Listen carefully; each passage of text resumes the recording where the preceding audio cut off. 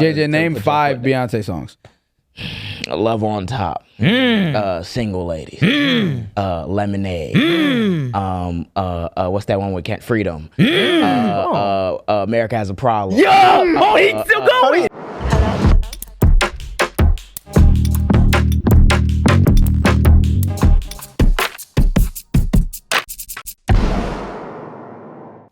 Yo, what's going on, everybody? Welcome back to another episode of The Jam. It's JJ, Alan, AB, Matt, the way it always is. How we doing? It always is. I'm like low-key just stuck. Like before we like just shot what you just said. That's been like in my head with the whole 10K. Support, yeah. Oh, yeah. The support. Thank you guys for 10,000 subscribers on YouTube. I don't been know. Ridiculous. I don't we were know just what talking the about, fuck happened. We were at like 7K on the 11th. On the 16th, 10. Crazy. What the fuck? I don't know. And what then your was segment going went on. crazy too. Yeah. The academic segment, the Yes. male loneliness episode. We've been seeing y'all been messing with the academic segment. That is our the highest viewed video ever. It's at like 30,000 plus views, which is ridiculous. Insane, bro. Like Crazy, last crazy. week we were not able to say that. So like, that's insane. All the love has been greatly appreciated. But it's still not complete. Your job's still not done. Because I not don't think that finished. you've shared the video. Alan, have they shared the video? We hit 10K under 20 videos. Why aren't you sharing this? I don't get it. Like, have Are we not proven understand- ourselves? Have we not What shown more must we do? What do you want from me? Nah, please. Nah, share the video. Subscribe, like, All that good follow, stuff. all that good stuff. Where can you they feel me? find Where us could you at? find Yeah, where can they find us? They can find us on Spotify. They can find us on Acast. Yes, we They can can. find us on YouTube, TikTok, Instagram, Amazon Prime, Yep. iHeartRadio. Yep. What's the Acast. Pocket Cast? Or what was it? Acast. Pocket Yeah, Cast. Pocket Cast. Something. A lot of cash. A lot of cash. A lot of cash. All the That y'all cash. not finna watch on. And there's a bunch of other platforms that I can't memorize right now, but we have, guess what, a jam-packed episode. We're gonna be talking about a bunch of stuff. We're gonna be talking about Beyonce, the Grammys as an institution. Oh my goodness, it's about Oh to get my crazy. goodness. We're gonna talk about Angel Reese and Caitlin Clark. Oh my God, what episode is this? And we're gonna talk about the assassinations that have happened. Like it's the 1960s. Yeah, like we just on some, like, just Just casually assassination. Just- And then we're going to get into the No Kings protest. That was a very big protest that just happened. We're going to talk about all the stuff having to do with that.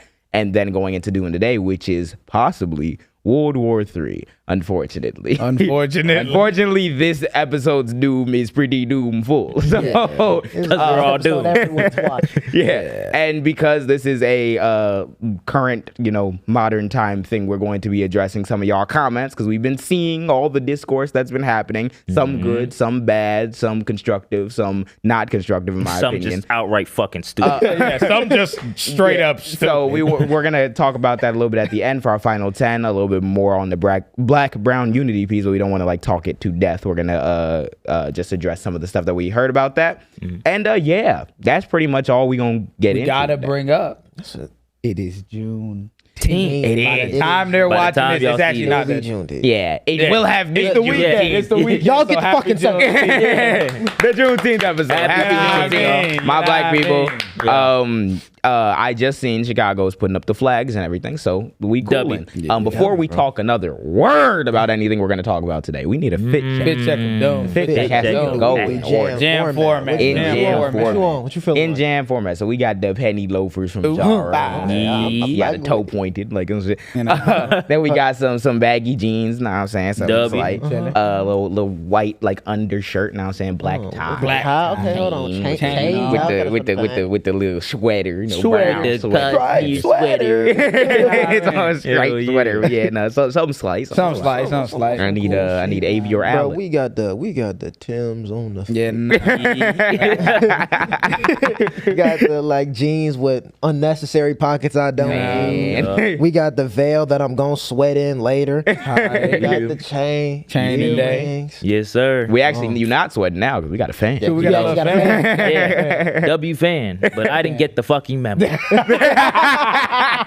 Didn't get the memo. I don't understand. I was gonna say. Yeah. Go ahead. I got the chain on. You feel me? Got the man. Chicago shirt with the F1 on it. Yeah, you feel me? man. that shit hard. Billionaire That's hard Boy as hell. Club pants and shit, nylon Still pants. not and sponsored. shit. Still not Got the sponsored. fire red 3s on the feet. Yeah. With Threes the on the tag feet. on the side. Awesome those shit. are- If you don't put the tag on, I can't fuck with you. You got gotta the watch. yeah. You know what I'm Watch, saying? gotta have a- Yeah, I don't know what We memo got he it. didn't get. I was gonna say there's not the one style to the True, black there- style. I think you right. And you Still got the Juneteenth representing. colors on though. You got the colors on. And Yeah. that's what I was trying to go for, but I didn't have no red. And I really thought these was blue until I got under this light. What is not blue? What?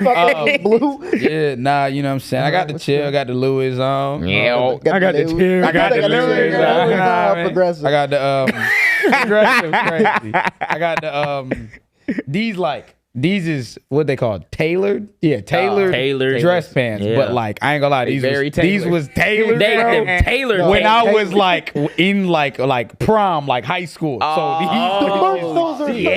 tailored, nigga. I can't. Is it like nigga? I have no like truck? circulation. Okay. Right now. Yeah, give it to me. My shit. They got to cut my shit off. I got the white tee. You know what I mean? Chain out. You feel me? You know what I mean? I was gonna cut my chops off. Just because I ain't get a beam, but you know, we keep the Has chops. someone but ever? I feel like Yes. Okay. every time I turn on stream, they say chops. They say my chops, and I'm They like, violate. Yo, community loves you. they don't. They hate me. But yeah, so we decided that in honor of Juneteenth, there's gonna be a black ass episode. So let's get right Real into stuff. everything. Basketball. That's great. That's insane. That's a wild start. That's a wild start. It's gonna be a black ass episode. So let's get right into that. Basketball. That's insane. The National Basketball Association. Bro, it is 3-2 right now. in the finals. In man. the finals. OKC. Okay, see. Okay, see, I you need you win to choke this. real quick. I need this thing. I want them to win because I've been Same. rocking with them all year. I've been like, yeah, hell yeah, I want them to win. However, I'm telling y'all, you know what happened, bro? Tyrese made that deal with the devil, but he didn't know what he was fully getting. Right, For real. you right, bro. Shay a different breed. yeah. Jalen Williams, Jalen 40 Williams, points. 40 points. Yep. Like, Jalen different Williams had breed. He had Yes. 40 points. random. Yes, on some chills. So And then he those, was, I was gonna say to those of you guys who might not be as up to on your basketball knowledge, yes, NBA Finals, OKC Thunder versus Indiana Pacers. Halliburton. we are at a 3. What is it? 3-1 or is it 3-2. 3-2? Yeah. 3-2. So yeah, Tyrese Halliburton has been like, and he's injured. Yeah. He's injured now. Yeah, Yeah, he got a calf I've seen strain. it. He got a calf strain in game, I think, that in that game 5. So I think he's that's coming back. I'm pretty sure he's playing game 6, but like Yeah, but it's not still gonna be at like, 100% it's though. not gonna be enough, I don't think. I'm not gonna lie. Shay gonna beat that ass, bro. He is. Shay On gonna beat that JJ ass. Soul, it's OKC and 6. why is it gotta see? Why you got it I so? mean, you Video recording. because bro, Putting it on my Nigga phone. put Here's voodoo what- on your ass. it's It's not over even with. that because I'm gonna bet too, and I know I'm gonna hit, so I might as well bet He's on about your to life. lose money So, like, and a friend. He's about to lose money and He a friend. croaked his I'm gonna be voided like that nigga in fucking the new Avengers and Thunderbolts. Gonna void my dumb ass. You want to put something on my soul? Bro, if they win though, which by the time this episode comes out, we'll either have a game 7 or a winner. So we got to make a prediction: game 7 or winner. What y'all think, bro? OKC and 6. OKC and 6. I think I think OKC and 6. I I'm think gonna keep it on that. the record, did I say? I think I said on the record I wanted OKC to win. I don't know if I made a prediction already, but I do think that the prediction's changing to OKC and 6. Yeah, okay. I don't know if they gonna have enough without Halliburton think at they are. 100%. If the Pacers make it to 7, I'll actually start believing in devil magic because like there's no way they get to 7. Yeah. They're like after the momentum that like OKC has, bro. Just no. But how did we not get the picture? I'm still stuck on Yeah. that. You guys will hear that story every time until these finals are over. We're never gonna die until down I'm that story. dead. I'm going to until I'm dead or listen. Until I'm dead or I meet them again. I'm going to talk about how we was in sex. shopping around like good bitches, and these niggas is walking around us, and I'm sitting there like, I don't want to say nothing. I don't want to dick ride. These niggas about to win the chip. And they were in front. You know how crazy Picture of that hell. fucking photo dump would have been? We were on the Yeah. escalator. If someone could have That'd been taken a crazy. picture of that escalator, right The there, entire team, we're just sitting there in the middle of these tall we're ass standing niggas. behind Playing the with your head thumb. coach and Shay. Like I'm looking at the head coach and Shay for multiple minutes. All right, I'm not even trying. It's It's gonna be the one death of thing me. for y'all to. Mad, bro. Yeah, you 'cause he get had it, it. bro. Yeah, I didn't You understand get at the it. time. You get the love for OKC. We was on SGA the beginning of the season. I couldn't do it. Bro, I seen theme. Yeah, it's I seen awkward. theme, It's and I was very like, awkward. What do Yeah. I do? Just walk I don't up think on I've the nigga ever- and ask for a picture? I was Yeah, like, I don't think I've ever actually like walked up to someone and asked for a picture. So it's just like I like it's very awkward. You were never gonna get me to do that. Even if it could have been Chris Bryant. I like, I remember we was looking at Balenciaga, and I'm like, who is this tall ass nigga beside me? I'm like, this nigga probably a rapper or some shit. It's Jalen fucking Williams. Just dropped hold, 40 points. Just chill. He dropped Nigga 40 just dropped 40 points in the finals, game 5. They have, bro, and think about it, bro. The God Thunder damn, only have, bro. I just looked it up. The Thunder only has one championship, and it was in 1979. Oh, we're done. We're done for. We're done oh for. my The God, that's a photos would generational have- fuck up. I told JJ though, listen, hear me out. We have one more chance. We got hope. There was a group of white boys right in Yeah. front of us. Remember them white boys that we was walking with? And they was like holding their phone up because Shay and them was behind us. So they was holding their phone up. And we was in there recording. So I'm like, okay, best case scenario, the white boys gonna post it. Then someone on TikTok gonna see the jam and they gonna be like, is that the jam? They gonna add us. We gonna get it. As The rich. chances of that happening It's is not slim to fucking- none. It's That not shit's happening. Let's freaking fucking happening. keep moving. Y'all ain't getting it. I just tried to bullshit. Yeah. Just piss me That off. nigga deleted the fucking video immediately. He might get a good angle. Delete. Speaking of shit that is in fact not happening. So I remember there was a lot of talk about what would happen when Kendrick landed in Toronto. Mr. Top 5 himself. Hey, top OVO five. Mall was he was on a Jesus press run. He had God said something damn. along the lines of like, yeah, ain't nobody coming out to the Kendrick show. Everyone who's going out there in Toronto is gonna try to ruin his set. They're gonna try to like boo him, da da da. Hey, minor. They And one then- more time. and One then- more time. And then Kendrick Lamar crossed the fucking Potomac. He crossed the river. He crossed the Great Lakes, nigga. He landed in Toronto, stood on that stage, and they got a standing ovation. Good God. Twice. In your I own just place. wish. In your hometown, while calling I you a just wish pedophile. niggas would just shut up. There's like nothing more to It's say. done. Bro, There's this- no- yeah. as a nigga who likes both of the artists, but I would say when the beef happened, I was more of a Drake fan, right? You gotta understand when you've lost. Yeah. Like, let him get up. We done let you get up, and every time I hate a nigga that get his ass beat and he got a busted lip and a blacked ass eye, and you get up talking about you want more. No, the fuck you Yeah. don't. No, you You don't. don't Settle want down. more. Please. Settle down. I think prior to right now, like a rapper suing after like That's the results unheard of a of, rap nigga. battle that you've helped to initiate would be like the absolute low of low. Like To be like, just nobody shut the gets fuck respect. up. Yeah. Not only that, We're still talking We're about still this. talking. Niggas want Talking that Drake about- interview, bro. and then yo, Niggas want that Yeah, Drake they interview. really do. That's what it is. And then like you got your goons going off. Like what is top 5 talking about? You yeah, over here what talking about he said to act because they were on call, and he was seen like, that stupid He was ass like, shit. yeah. After the Kendrick show, Kendrick apparently flew to New York to sleep there, and then came back the next day. Which is like, Mind you, you can we're see in Canada. New York. Yeah, I was gonna see say. from Ontario. And Canada. he's rich as shit. And he lives Why in not? New York. He has a Yeah. house in New Yeah. York. I The get it. house that fucking Drake talked about in 616. No, in the AI one that he did. yeah. He's like, I know you in that NY apartment struggling. Yeah, like Niggas, Struggling. But it's my news thing is that he this. went My back thing to is, the apartment. my Like, thing okay, is, bro. I don't give a fuck about. Like I said, I don't give a fuck about. I've been one of the people this whole time that I feel like have been like, we're getting too deep into this. It's shit. way too Everybody, it's fucking way too far. It was way too deep since the It's way too fucking deep when the it started, to be fair. since Euphoria it became way too deep. I remember me and Al was talking about the shit. But at this point, even though it's way too deep, at this point you still have to understand where we're at in it. Just, bro, if we all shut the fuck up, if we just shut the fuck up, we can let the shit blow over. We can let the shit just sizzle. No. You niggas Nemo in the No. ocean. I fucking can't. Like, we just continue constantly. Drake keep liking shit. He keep liking posts That's of my lame thing. niggas. Is that, like every time I see this nigga Kendrick has been on tour performing. He's performing the same songs at each show. And every time this nigga stands on a stage, I hear he dragging it. Whole career about Drake. Y'all Like, still- this nigga y'all Drake still has listening to this? Like Yes, this bro, nigga Drake has not been Twitter fingering since the goddamn. Like, I don't get it, bro. Yeah. And that nigga top 5, I think when he was on the call with Academics too, he was like, what the fuck that nigga say? He's like, oh, when Kendrick touched down Swiss cheese.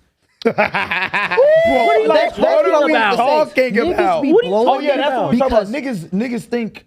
Say what you was gonna say. I was gonna say niggas really, and this is like a more of a problem in general. When niggas be like, "You come here, you gotta check in." Who the fuck are you? You on your couch telling me to check Who in. am I checking in? Who am I checking You're in? Toronto. Neither. I said this the other day. None of you niggas is hard. All of you niggas are rappers. None of you niggas is jumping off the porch anymore. None of you niggas is hopping down on the nigga. Just stop it. Nobody act. killing nobody. Nobody shut the fuck up about it. And then on top of that, they like to bash niggas for having security.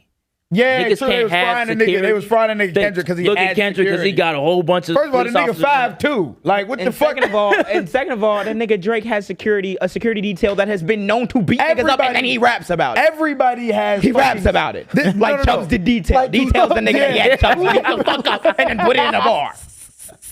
Hemmed him up on this. Back when Rick was doing them tests, like, Yeah, doing a tons in detail. Like, Like, we just all of these niggas have security. Why? Because they're rappers. Because they're rappers. You're not hood niggas, hard niggas, street You're not- niggas. Shut up and dribble. Like, what the fuck You you know, all biggest artist in the world. bullshitting? Like, Yeah, as Good though that's gonna God. like yeah. It's like you simultaneously there is no like objective measure of analyzing like someone's behavior. Y'all all have security because we all want y'all to stay safe. So y'all can keep making So you that can fucking keep making music. That nigga Kendrick made really good music, stood on the stage and they was like, play it again.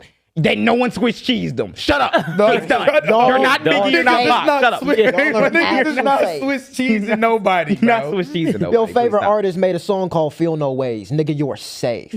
Blowing my shit. Blowing my shit. Blowing my shit. Like, Nigga, what are live we in your actually talking purpose. about? Live Oh, in your Jesus. fucking purpose, Fuck nigga. Jesus, no, And bro. the L of a generation keeps fucking snowballing. Just So, bullshitting, bro. that was a hell of a thing that I ended up seeing. Yeah, shout out him for all the shit he did at the BET. Yeah, bro. shout out, Hell yeah. shout out Kendrick. that I was was gonna fire. say, shout out Kendrick and SZA for going to the BET Awards. We'll get into why that's important, but they did in the middle of their tour. Yeah, that bro. just happened. But yeah, that was fucking crazy. There's been a thing I want to. I'll give a brief update about Zoran at the very end of this, but I want you to get into.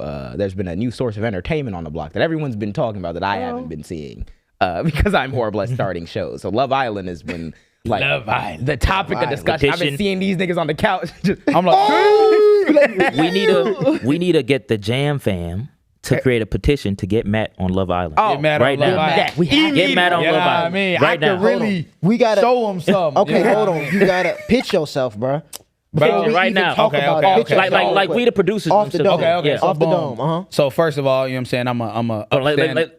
let me ask a question. Ask the question. Sorry. So Matt, you want to get on Love Island, correct? What are your stats? What do you believe that you can bring to this table? You know, first of all, you know, I'm a 97 overall. Fuck nigga.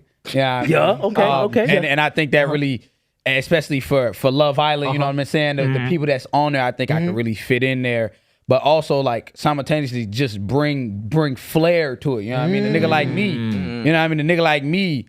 You don't have a nigga at home that like could really convey a feeling through the screen like I can. You know what I mean? You know what I'm saying? So, you know what I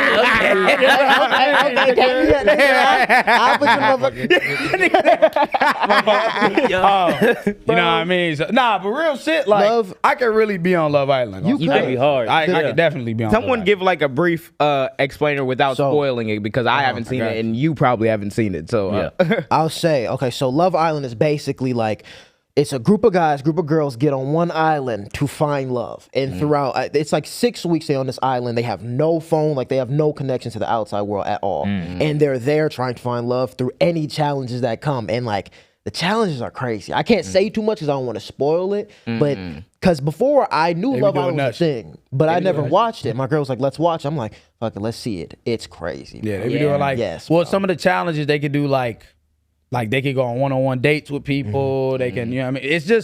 It's on some bachelor shit. The issue is though, obviously, you know what I'm saying, you get feelings involved. Now it's like I see my little shit. She, you know what I'm saying, we just went to jet skis. Yeah. And then my little shit walking with another nigga.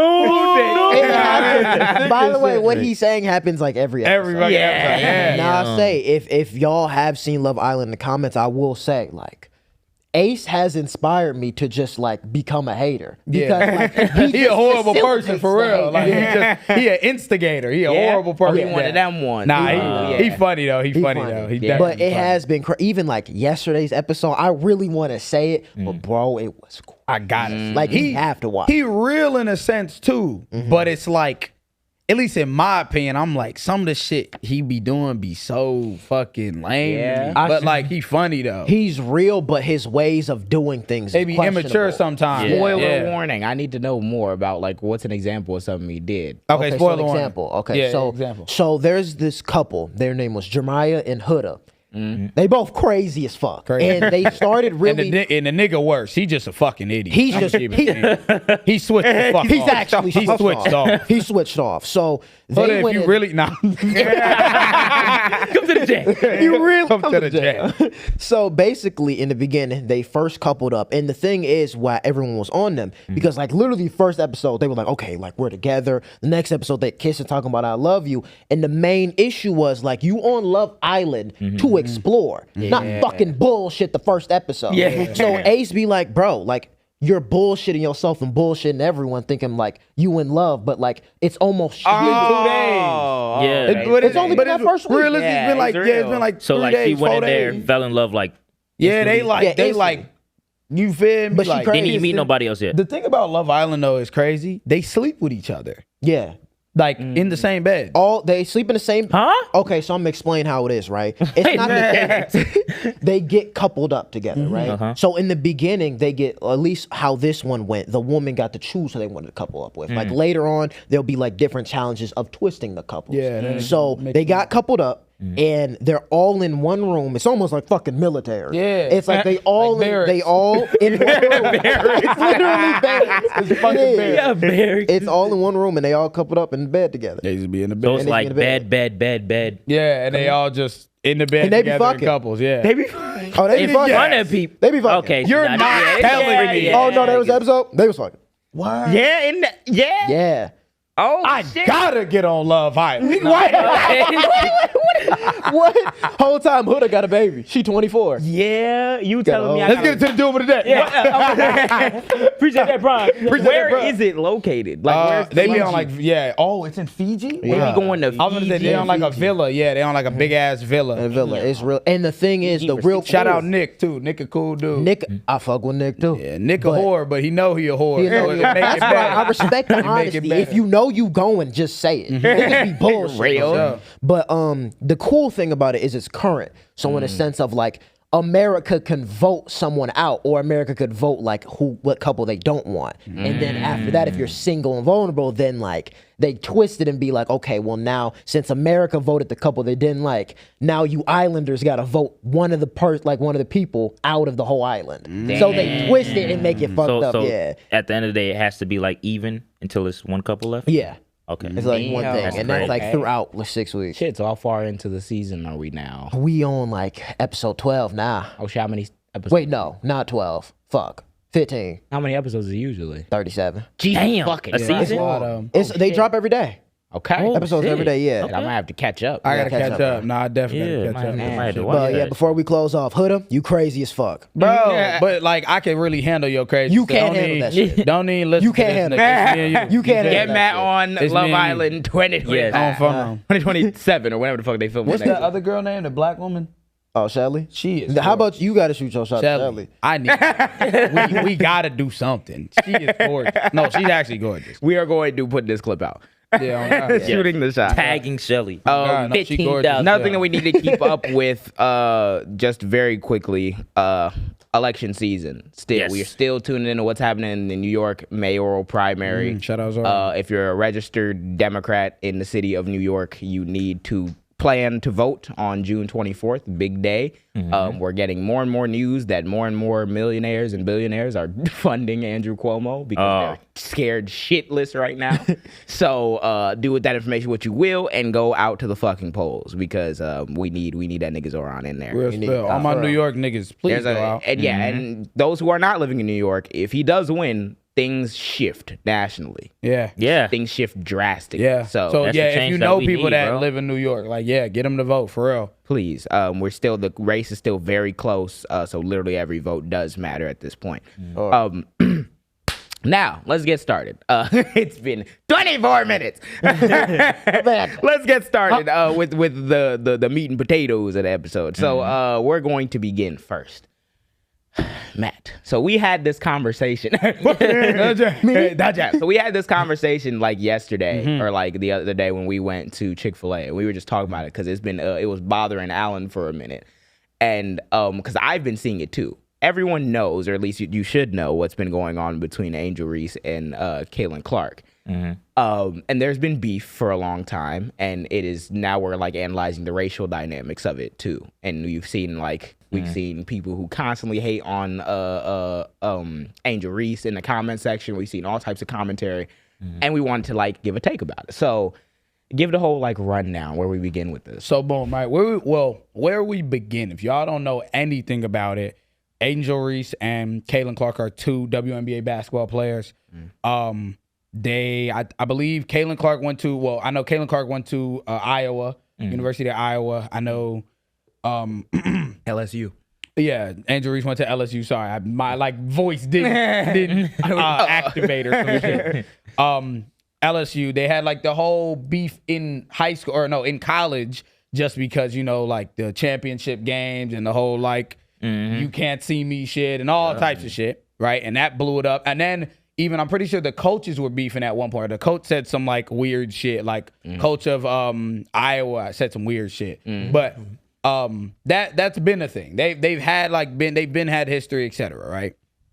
Where we get into the conversation that we were actually having, right? I'll go down there. So a situation just happened the other day where Caitlin Clark. There's only been two people, I'm pretty sure, ever. Hold on, let me read it. I'm pretty sure there's only been two people ever though to hold on, let me read the actual thing. At 23 years and 40 days old, she became the second youngest player in the WNBA history to record a triple-double, right? There's only been two people. It's Caitlin Clark and Angel Reese are the only two people at that age. The two youngest people who have ever recorded a triple-double, right? Shit. Yeah, crazy. And she just had hers the other day. She had one, it was like 11, and 13. That's what Angel Reese just had. And I really be hating too, because sometimes I see niggas, they'll post like Angel Reese's stats. They'll like take her worst game. Oh my God, y'all saying that she compared. Like if you really look at her stat sheet, she's good as fuck. She's really, okay. Rebounds out the ad. So like, we were talking about it. So we were talking about it, right? The response to her getting this triple double was like insane. Like It What they was say? nuts. like just bullshit and straight like actually, well, can we see the screenshot? This was something somebody said under the post on the screenshot. No, the me bound one. Yeah. This was somebody made this on Twitter, right? My first me bound. Me bound, a tale about Tale bricks, about right? bricks. Can you zoom into her face? I just want to show you this bullshit. What does that remind you of? What does that remind you A of? minstrel show. Yeah, that's exact. Yeah. Oh, That's a okay. minstrel show. And niggas don't want to say this is not about. If you don't know what a minstrel show is the stuff where basically white people used to dress up in blackface and they'd be like performing and making black people look like the most insane fucking white people would put on like black. Yeah, they put on makeup, blackface put the and red like lips their lipstick on, on. All the way over-exaggerated. around. Bullshit. Yeah. So a lot of people saw this obviously and was like, yeah, that look kind of racist. And the nigga was like, no, it's not. Just bullshit. No, You don't get just No, bullshit. it's Right? I see your objection. I raise you a no. just bullshitting, right? Okay. So people had a lot to say about that, and people have this entire conversation about the me bound shit, about the whole her entire game. Basically, it is to the point where if you are not locked into the shit, if you actually don't know the shit, you probably think Angel Reese is the worst like player Yes. like in the Yeah. league or some shit like that. That's what's And painted she's out. one of the best players. I was in the telling league. them yesterday when we were talking about it. I was like, I actually experience cognitive dissonance every time I see another like record-breaking thing from Angel Reese, because Angel Reese is actually a very good like player consistently over and over again.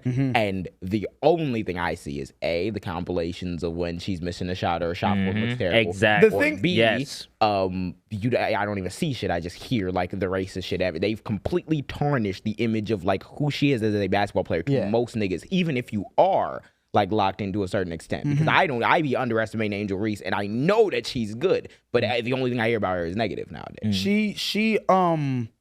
She literally, bro, when you look at the stat sheet, like you were saying, when you look at the stat sheet, she's one of the best, right? And not only is she one of the best just in the league overall, but also like at her age, like she's one of the best, right?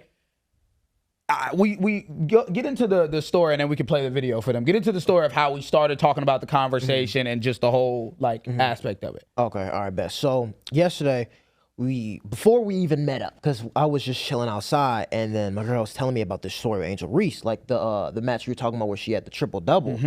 She was going up for a lay, and someone was defending her, and they pulled her braid as she was coming down. And Angel Reese had got pissed about it, and she was calling it out, and Angel Reese ended up getting the tech for it. But like the girl, let's Yeah, let's see the video. You'll I'll show see you it. the You'll video. see it. Watch it. Physicality and that That's a clear flag. last possession, the contact being let go. That's her- This the time, braid I think in it was hand. accidental by that's the whole Hartley. flagrant. And then Reese just with a big reaction. And Tina Charles, being the vet that she is, gonna stick up. Okay, so can we hear We gotta that listen again? to the Can message we on listen that. to that one Big more time? Can we- I'm reaction. sorry. Can we Big hear it one more reaction. time? It's always a I want to hear big that and- big reaction. Listen to her reaction. Last possession, the contact being let go. This time, I think it was accidental by Hartley. And then Reese just with a big reaction. And Tina Charles, being the vet that she is, Just with a Reese big with reaction. a big, with aggressive reaction, As though a they- black reaction. Might as well just say that. Might as well just say that. Might as well say that. Might as well say that. Like, yeah, she'll say Angel Reese just with a big reaction as though there's no reason for her to react. You got your she didn't entire damn near braid pull my pulled out fucking your back. fucking head. It's not like her say- hand was coming down. She briefly, she's holding Like, Holding, bro. I saw that. I wanted to talk about like the whole reaction with that shit and seeing that because I saw the video like multiple times, and you could see her hand was wrapping around her braid and she pulled it. Nigga, when you're defending someone, you're not pulling someone's braid. Yeah, that's and then I insane. saw the comments of it, and it's people like, "Oh well, like she overreacted," or it's like she shouldn't have like that much weave on the court. And I'm like, what a lot of people don't even realize is this is like one of those cases where it's like a massage noir type thing. Because it's a sense of like, we've seen it so many times in the NBA where niggas do the craziest shit and we like laugh about it. Where Draymond Draymond punched Green, fucking Jordan Poole. Jordan Punched him Poole. in the fucking face. he stepped on, what's his face? Demonis Sabonis. Yeah. What's his name? DeMontis Sabonis' Yeah. chest. Yeah. He's And- kicked people he kicked Steven Adams in the balls. He done choke slammed, like all types of nuts. And he still celebrated. And now we're saying you don't need weave on the court. And the biggest thing that was getting me mad is because, bro, it's a thing of like a black woman can't do anything. And because we had the conversation of like, okay, well, like she was in that villain role. In the sense Yeah, of, I like, want to talk about that as well. she was in that villain role. And the thing we were talking about, well, I'm like, okay, I could understand like not necessarily playing into it, I kind but of want like you to make. Yeah, that, I'm to gonna say make the that. point here. Okay. Let me make the point. So the point I was making about the villain role, right? I was saying to them, I was like, what's disheartening in a sense is I hate that she'll play into the villain role sometimes without actually like them trying to actually address the entire situation as what it actually is, which is just racism, right? Yeah, now I was gonna ask you too. I'm like, do you feel as if that she? No, what I feel like she was placed into that villain role. So And then this is where we're getting at, and they were talking about, it and they were like, well, almost in a sense, you're like blaming that victim for the additional things that come with it. But I'm like, that's not what I'm trying to do. I'm not trying to say that Angel Reese is in the position she's in because she played a villain role. I'm saying that in general, right?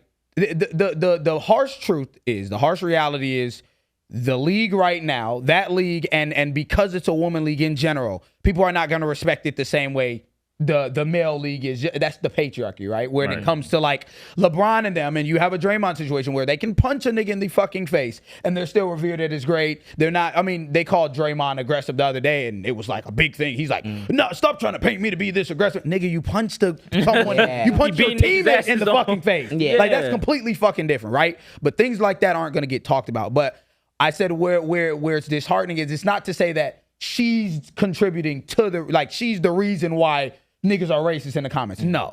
But I would like to see from the commissioner, from her, from Kaylin as a collective, more of them just like and Alan brought up a good point. He was like, what they do is, Matt, the reason why they don't talk about it, the reason why they allow the villain role to be a thing is because they're milking it for the engagement. Yeah. Which is true. But also, I would much rather her, because I be hearing her on her podcast sometimes. No hate to her, and I fuck with everything that she's doing. But I be hearing her on her podcast sometimes, and I be hearing Kaylin, and they hate each other. You know they don't not hate each other, but you know they don't fuck with each other.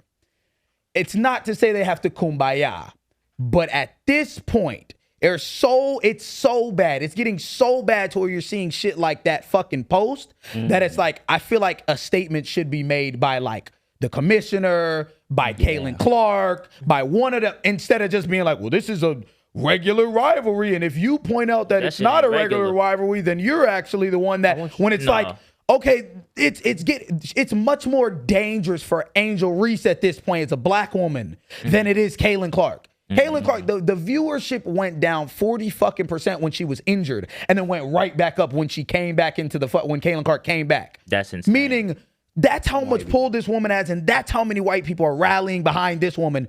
I don't want her to play that villain role because I don't know how deep, especially in a regime that we're in right now, in a government that we're in right now. Bro, you don't know what the fuck happened. People can run up on you and kill you. People can run up on you and you know what I mean? Like, I was gonna say it's just it's situations like this because I remember I had posed you the question. We were talking about like the commissioner coming out and like. At first, we were talking about facilitating like some sort of thing, let people know that they like are okay or they don't hate each other or whatever. And I was saying that's when you come in the misogynoir thing, because when have you ever seen the commissioner step in to say anything about a beef between two niggas in the NBA? Never. Nope. Never. So I think the reason why the Kaylin Clark Angel Reese situation frustrates me so much is because it's almost like you're hamstringing black people into fitting in with whatever comfortable role, because that means that as a nigga you can't play the villain. Because if you play the villain even one time, whether it's a hand motion or whatever, which white people did, fucking John Cena came up with this. Yeah. And we're still celebrating John Cena to this day. But doing that makes you a villain. Then if you react any way to prompt like shit that you should be reacting to, like your hair getting reaction. Big reaction. You're now the villain for eternity. So it's not like she can't do shit about it, because if she's like, y'all being racist to me, the dumb, she crying about racism, look at her jump shot. Yeah. It's more so, you're right. So it's one of those things where it's like you're kind of policing the behavior of black people in advance, which a lot of black people do it. A lot of like when you talk to your children about like common sense shit, like what to do around the police. You don't want to see your kid get killed by the cops, so you still give them those tools. That makes sense.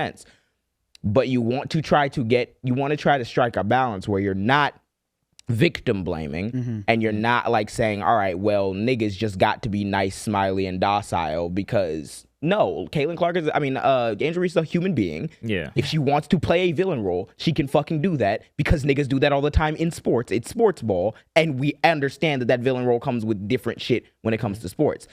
Does not justify the reaction that you niggas are having. The reaction that you niggas are having is something that you get any avenue to hate on a black woman, and you let that hate manifest in just whatever comes to your mind that you can say that's hateful and hurtful, and you jump immediately to the monkey, And I have a question to you, but one thing I wanted to say is like, I remember just seeing the shit with like the weave comment, and I'm like, bro, like, you genuinely don't see this woman as human in a sense. Like, she's really out there hooping.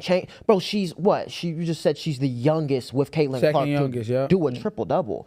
Bro, it's literally there in your face showing you how good of a player it is, but your misogyny, which I was going to remind you, most of these can't see past it. Most of these niggas are getting fucking did by 30. Yeah. Yes. Most of these niggas are getting did by 30, and B, like, that's the reason. It's kind of like a Kendrick Drake situation. As much as we don't like it, Kendrick and Drake will be brought up around each other forever, because they actually like were competing, the two, I guess, closest when it came to like numbers, the whole situation, their fan base size, all types of shit. And that's why they were compared like so much, and they will always be compared.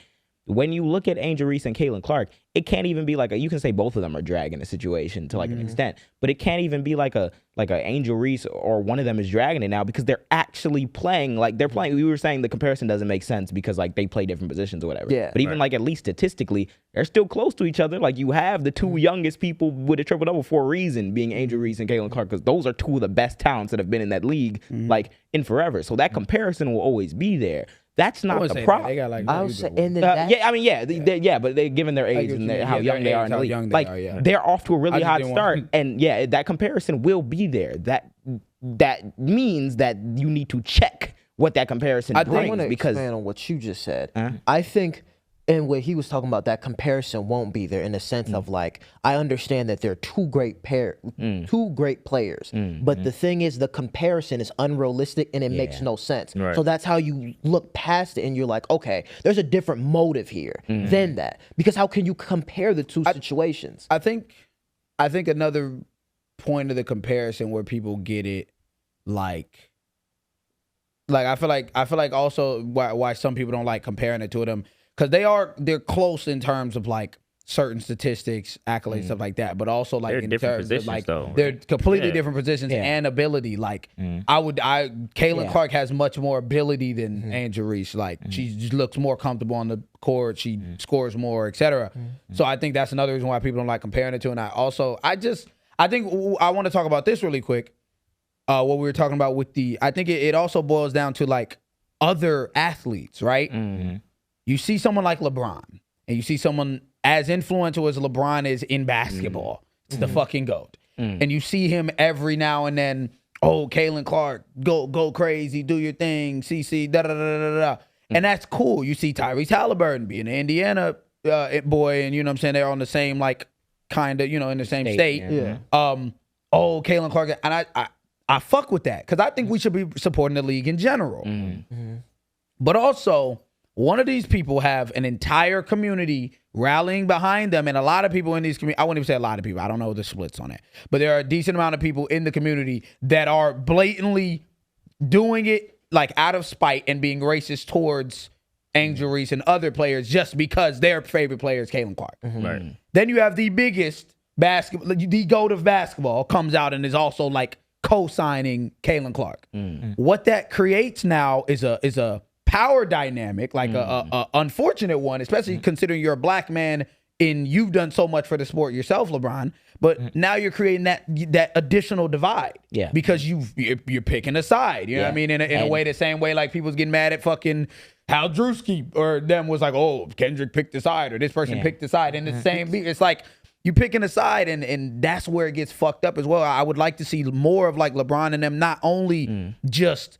I get it. Caitlin Clark is a great fucking player, like an amazing fucking player, a generational player. Yeah, but that's not what we're talking Yeah, about. exactly. Right. But that's not what we're talking about. I don't It's give like a fuck how good Caitlin Clark exactly. is. There's a exactly. bigger issue. There's a That bigger is not, issue. that's Yeah. inexcusable. Exactly. Like, There's a much bigger issue. What I was there. going to say is the reason why I was going to say, like, more than even a commissioner standpoint, the reason why I'm looking at niggas in the league like Bron, or like the niggas who make up the majority of the talent and like the majority of the value of the league, the fact that none of y'all will say anything about shit like that when it happens. Because we're not talking about we need to rewrite history and actually Angel Reese is the best player of all time and Caitlin Clark. No, I don't give a fuck about that.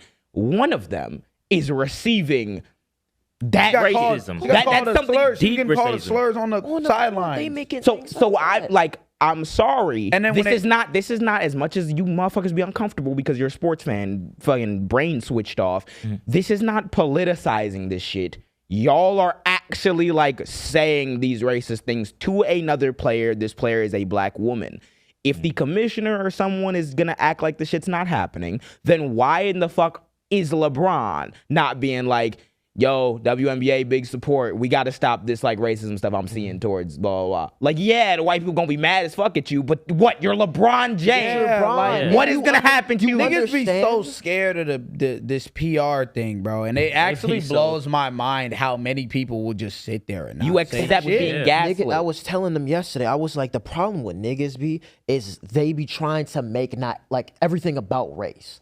So it's like, I could Trying to make understand. friends and shit. Yeah, and I could understand why, like, not understand because it's bitch shit. Like the fact that he didn't want to make a comment. Because I can understand it because what it is that when you, like we're saying, when you're a black person and you're an athlete and you're stratified amongst a lot of like wealthy white people as you go up the ladder, you are socially like reinforced to not say shit about anything. And it's the not majority that you're of your making fans too are. Yes, and like it's not that you're yeah. making anything about race. It's that if you say one thing about race, it's Now political. you're the one who brought up. But the these racism, niggas yeah. will sit and clap and cheer for teams that are owned by people who are donating to the Trump campaign. Like, yes, it's already political. Yeah. All of it's already political, but you accept the framing as a nigga who's been encouraged to do so, that if you say anything and raise any issue, you're making it political, you're making everything about race. Where even if you did that, LeBron, even if LeBron turned into fucking Umar tomorrow, Yeah, he's not what are they going to Yeah, do like, to what, it's you? fucking LeBron. You don't have to No, accept yeah. that framing. Because bro, it's so obvious. The racism is literally right there. It's because right the there. comparison in itself, like we just talked about, the positions are like unrealistic to even compare.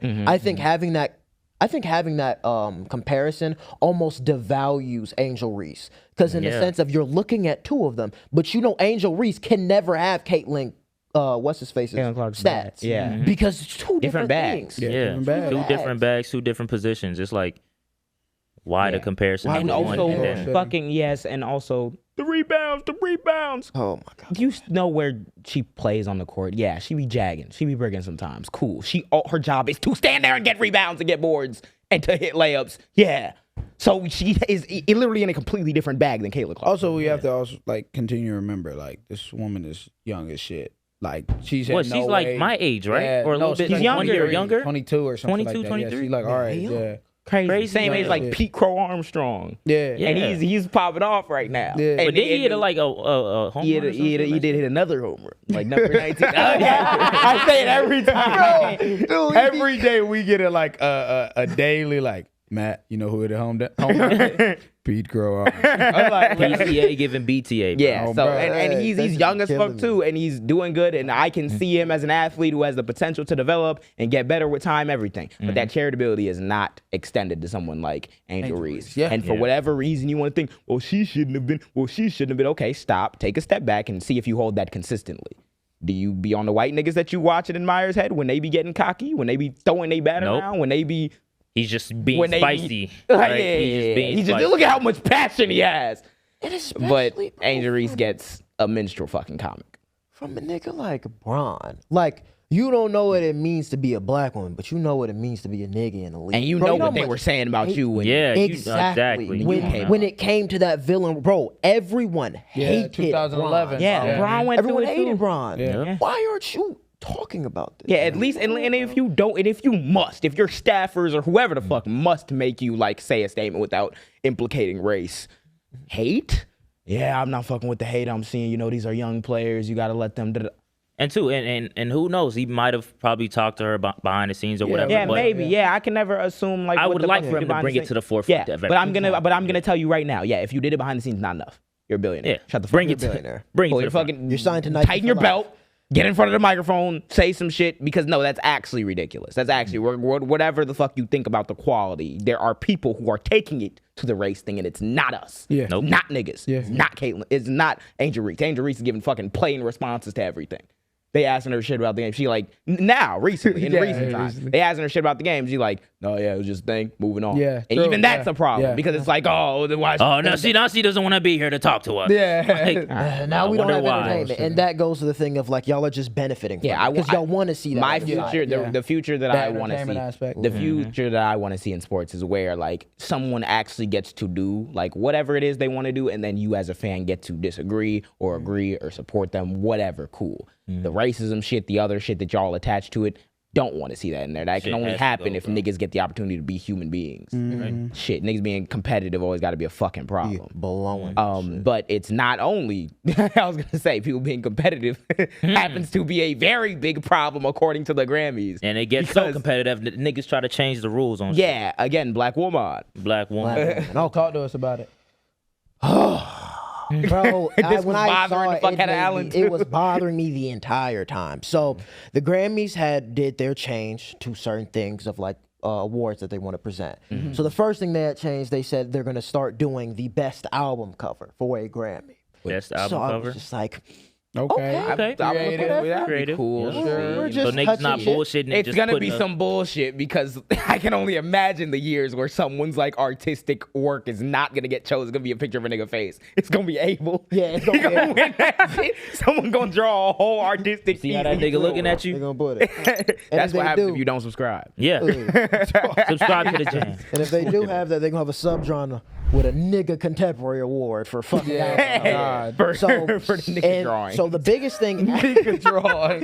a nigga drawing. That's pretty much what Yeah, they said that's with pretty the, much. with They the they gonna category. give you What a Grammy other crayon. what other thing did they add to it? Okay, so the biggest Nigga participation award. they gonna give you a Grammy and a crayon, nigga. Here, nigga.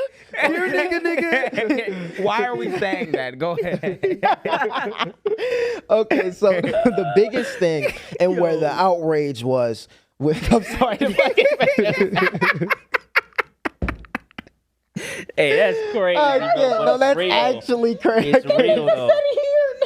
Here, nigga. You want a lollipop? Take your crayon. Nigga, grab. Take your Grammy, nigga. And then you come back the next year. Okay, now I'm tight. So right. they had these awards and they just presented with country now. So they split. It went by the best country album. So now they have split it into two, into best traditional country album and best contemporary country album. For the people that don't got brains at the crib, we got white country album, nigga country album. If y'all didn't know. Nigga. White people. You want to know? Go ahead. And I'm gonna take y'all. If y'all just Yeah, take us on a outraged ride. on a whole Take us on a thing. ride. That doesn't mean that. You guys make everything alright. You don't know what. Okay, before we even get it, so last year, or not even last year, last Grammys, Beyonce was the first black woman to win the best country album ever. For the Which Grammys. is ridiculous, ridiculous, mind you. bro, yeah. Considering niggas we made the shit. We made this, and I'm gonna tell you. So there's different country awards. You have the best country solo performance, the best country duo/group performance, best country song, and you have the best country album. As written Plain and as it simple. should be. Plain and simple. Plain and simple. And Beyonce was the first one to win it as a black woman. And the album, if y'all don't know, it's called Cowboy Carter. Hey, I'm gonna give everyone y'all should more know. context. Cowboy Carter had 11 nominations with the Grammys. It was like the best-selling album of that year, and critically acclaimed. Like that's one of her best albums when it comes to scoring. Word? Yeah, Yes. that people named it for. People that I didn't Yeah. even know. Nigga, I fuck have with- not listened to a song. Neither by of people Cowboy. who I didn't even know fuck with country music like love that album. Yeah, Like, I but was no, like, they name love a song. that Bro, album. Cowboy anytime I got get America in the got a car, problem. That's listen to America has a Blasting problem. it. That's the only fucking song. That was amazing. I gotta go listen to it. So AB it featured. AB Yes, sir. featured Doom. It debuted at #1 in several countries. It broke multiple records, mind you. This is a country album, Yeah. so it broke hella records. This was like one of her best albums. People had said. So more context. In 2016, y'all know what the CMAs is, the Country Award. Country Music So she was there, and this was around the time she had Lemonade, and she had a country song. It was called. Oh, and she got. It was called Daddy Lessons, right? And she was performing with this other country group. It's called The Chicks, and they were there, and she was there, mind you. That was the highest viewership the CMAs has ever had because she was there performing. And the backlash from that was insane. They were like, we don't want her there because that song Daddy Lessons isn't country enough. She isn't country enough. And I'm going to country tell you enough. too, the CMAs ended up deleting like all like the promotional posts for Beyonce. And they had made an article and was like, well, it was deleted before, but like that doesn't help your case because you deleted the promotional post for a nigga, the biggest artist in the world that's about to perform at the CMAs. Yes. Nuts. That's They take insane. You deleted the promotional poster for Beyonce. That's like you deleted for Michael Jackson. Like, what are Yeah, you what are doing? you- And then the talking biggest thing is y'all deleted that, but bro, that was the highest viewership when it came to the CMAs. Yeah. No one has ever been there that much when it came to having Beyonce there. So then after that, more history, how Cowboy Carter even came to effect was after that whole shit happened to CMA, she's like, everyone's saying she wasn't country enough. So she was like, I'm going to show I'ma this show y'all nigga niggas. actually Yeah. country. Yep, said the same thing about Lil Nas X too. Even Yeah. though they had fucking Billy Ray Cyrus on the remix of Old Town Road. He's not And they country put his enough. fucking song in a different category. He's not country enough. He's not that. Not country And she enough. was saying she wanted to tap into the roots of what it actually meant with country and being a cowboy. And she actually discovered that like a majority of cowboys started off as black. She got into that. She added like folk into the album. She added a lot of country elements that especially that is very highlighted when it comes to being like black with it. Like with that whole Shabuzi shit when she was like, oh yeah, that's not where it originated when, bro, we know where it came from. So having that history, it took her 5 years to make this album. So it's not with like she that just went in the studio, did some bullshit, and was like, it's a country album. Yeah. Half She a didn't decade bullshit working at on it. all. She's been in the CMAs. She's had the history with making this album. She's even tapped into what it means to be in country. Nigga, she's from Texas. So She's from goddamn Texas. Are you? What Like, you I say was waiting goddamn for you to Texas. get to that From point. Texas. She's Yeah. from fucking Texas. and the thing is with Daddy Lessons was about her father, and her father is country. And What part of taught her a lot Texas she that. from? Is she from Houston? Dallas? Hold on, let me see. real quick. Somewhere. I don't know, Yeah, but can we get I be a hearing quick her fact check? accent when she and her music. Like I see. feel like I think she might be from Houston. Houston. Yeah, She's from Houston, Texas. yeah. So Shout out now, Houston. so now that y'all have the context of this, and she Beyonce won from that Houston? award. what are you using? So now Jay-Z that we, finna shut the whole pod down. nigga, the fucking what they be saying, Rock Nation, Rock Yeah, Nation. Rock Nation. Dude. with a bottle of Ciroc.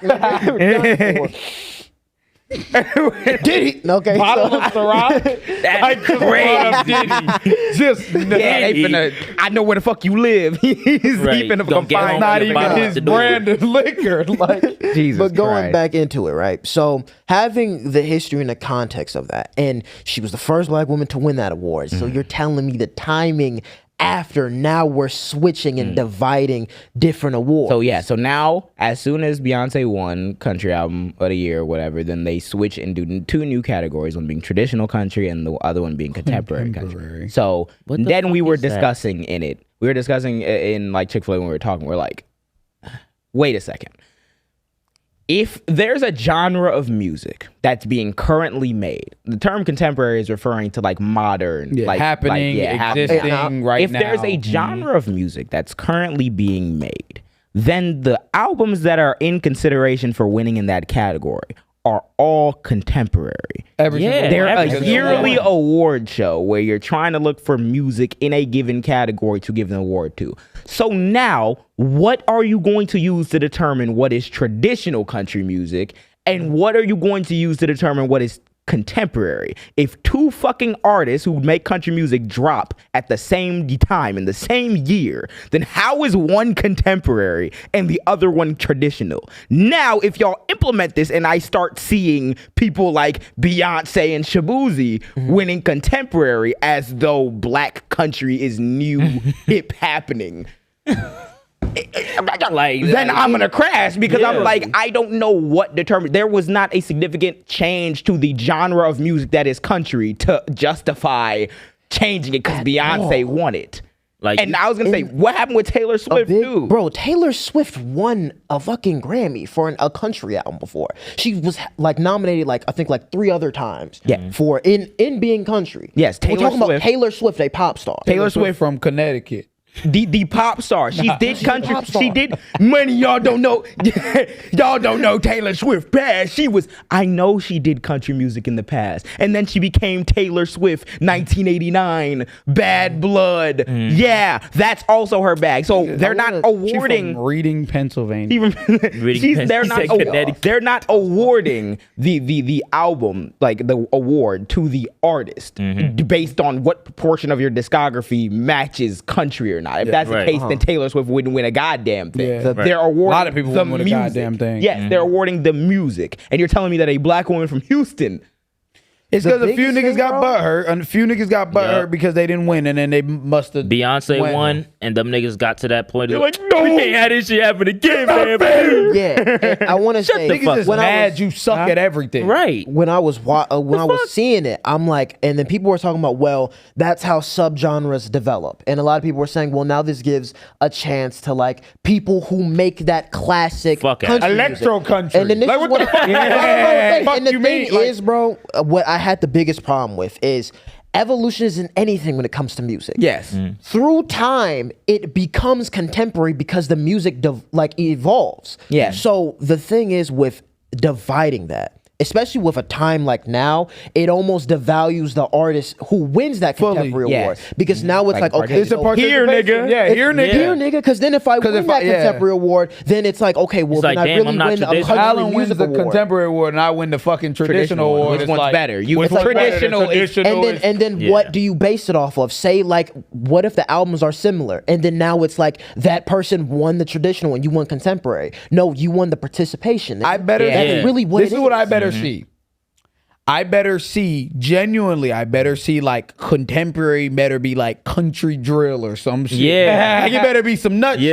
shit. And then like Beyonce and all Yeah. them other people better be in To put it in traditional. perspective. Yeah. To put Because it in if you do perspective, it any so- other way than that, it looks like you just discriminate. You just be Yeah. racist. To That's put it what in the fuck perspective, I brought up the example. I'm like, Playboy Carti doesn't sound like a lot of other rappers. And that entire era of like Playboy Carti, Lil Uzi or whatever was a distinct era. It was different from like the J. Coles, the Drakes, the Right. all types. Beats different. So everything. if Playboy Carti dropped an album and then we switched the category to be traditional rap and contemporary rap, what does that say?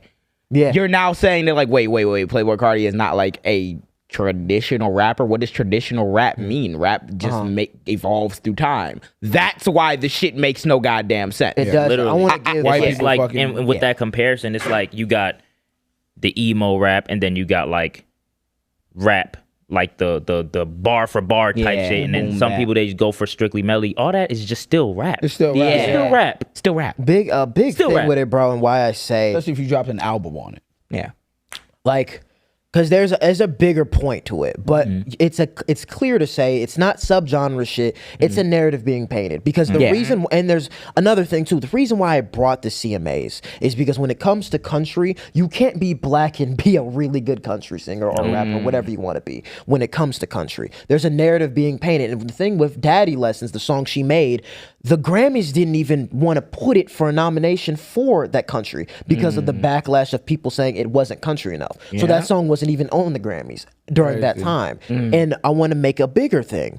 Bro, the Grammys have been known for being racist. Gang, they had an award 5 years ago. Sure, they took it out, but gang, 5 years ago isn't that long. The best urban contemporary album. Think about what I'm saying. The best urban contemporary Explain album. urban sound like Urban. fucking Yeah. the Clintons in the 90s. They, at that point, okay, so urban thugs. contemporary. But you said, okay, so what category does that go to if it's urban contemporary? Like what? Yeah. How At do that we point, do differentiate you whether not an want to give the album's nigga urban that indie contemporary? award? Do you want to make that Yeah. nigga that pop star? And the bigger issue is they don't want to do that because it's a clear narrative when it comes to being a black artist. You stay either making that R&B, you make that rap, and the big thing is these artists You're not know making that that. rock. You're not making know that what it rock. is? These artists know that, so why would you keep going to the Grammys? And that's my big issue, especially with someone like Beyonce. Like, why are you still going when, one, they didn't put your song? Sure, you've won hella Grammys, that's nice,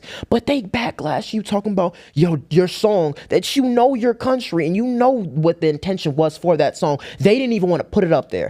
Her album, The Renaissance, there was controversy before they even put it in the electronic album because that's what it was. They wanted to make that a pop album rather than giving her an electric like dance album. These niggas is the Yeah. thing that I will never understand is, and I get it, all of you dick riders in the comments like, oh, BET, because we're gonna bring up BET. I get it. BET's owned by white people. I know. Like that's the first thing you bring up BET. The first thing Yeah. everybody says, well, they're owned by white people. Okay, I know. Either way, right? That's be where it be disheartening because it's like, dang, you telling me all of these people, you got Hove, you got Beyonce, you got fucking all of these Brian, you got all of these billionaire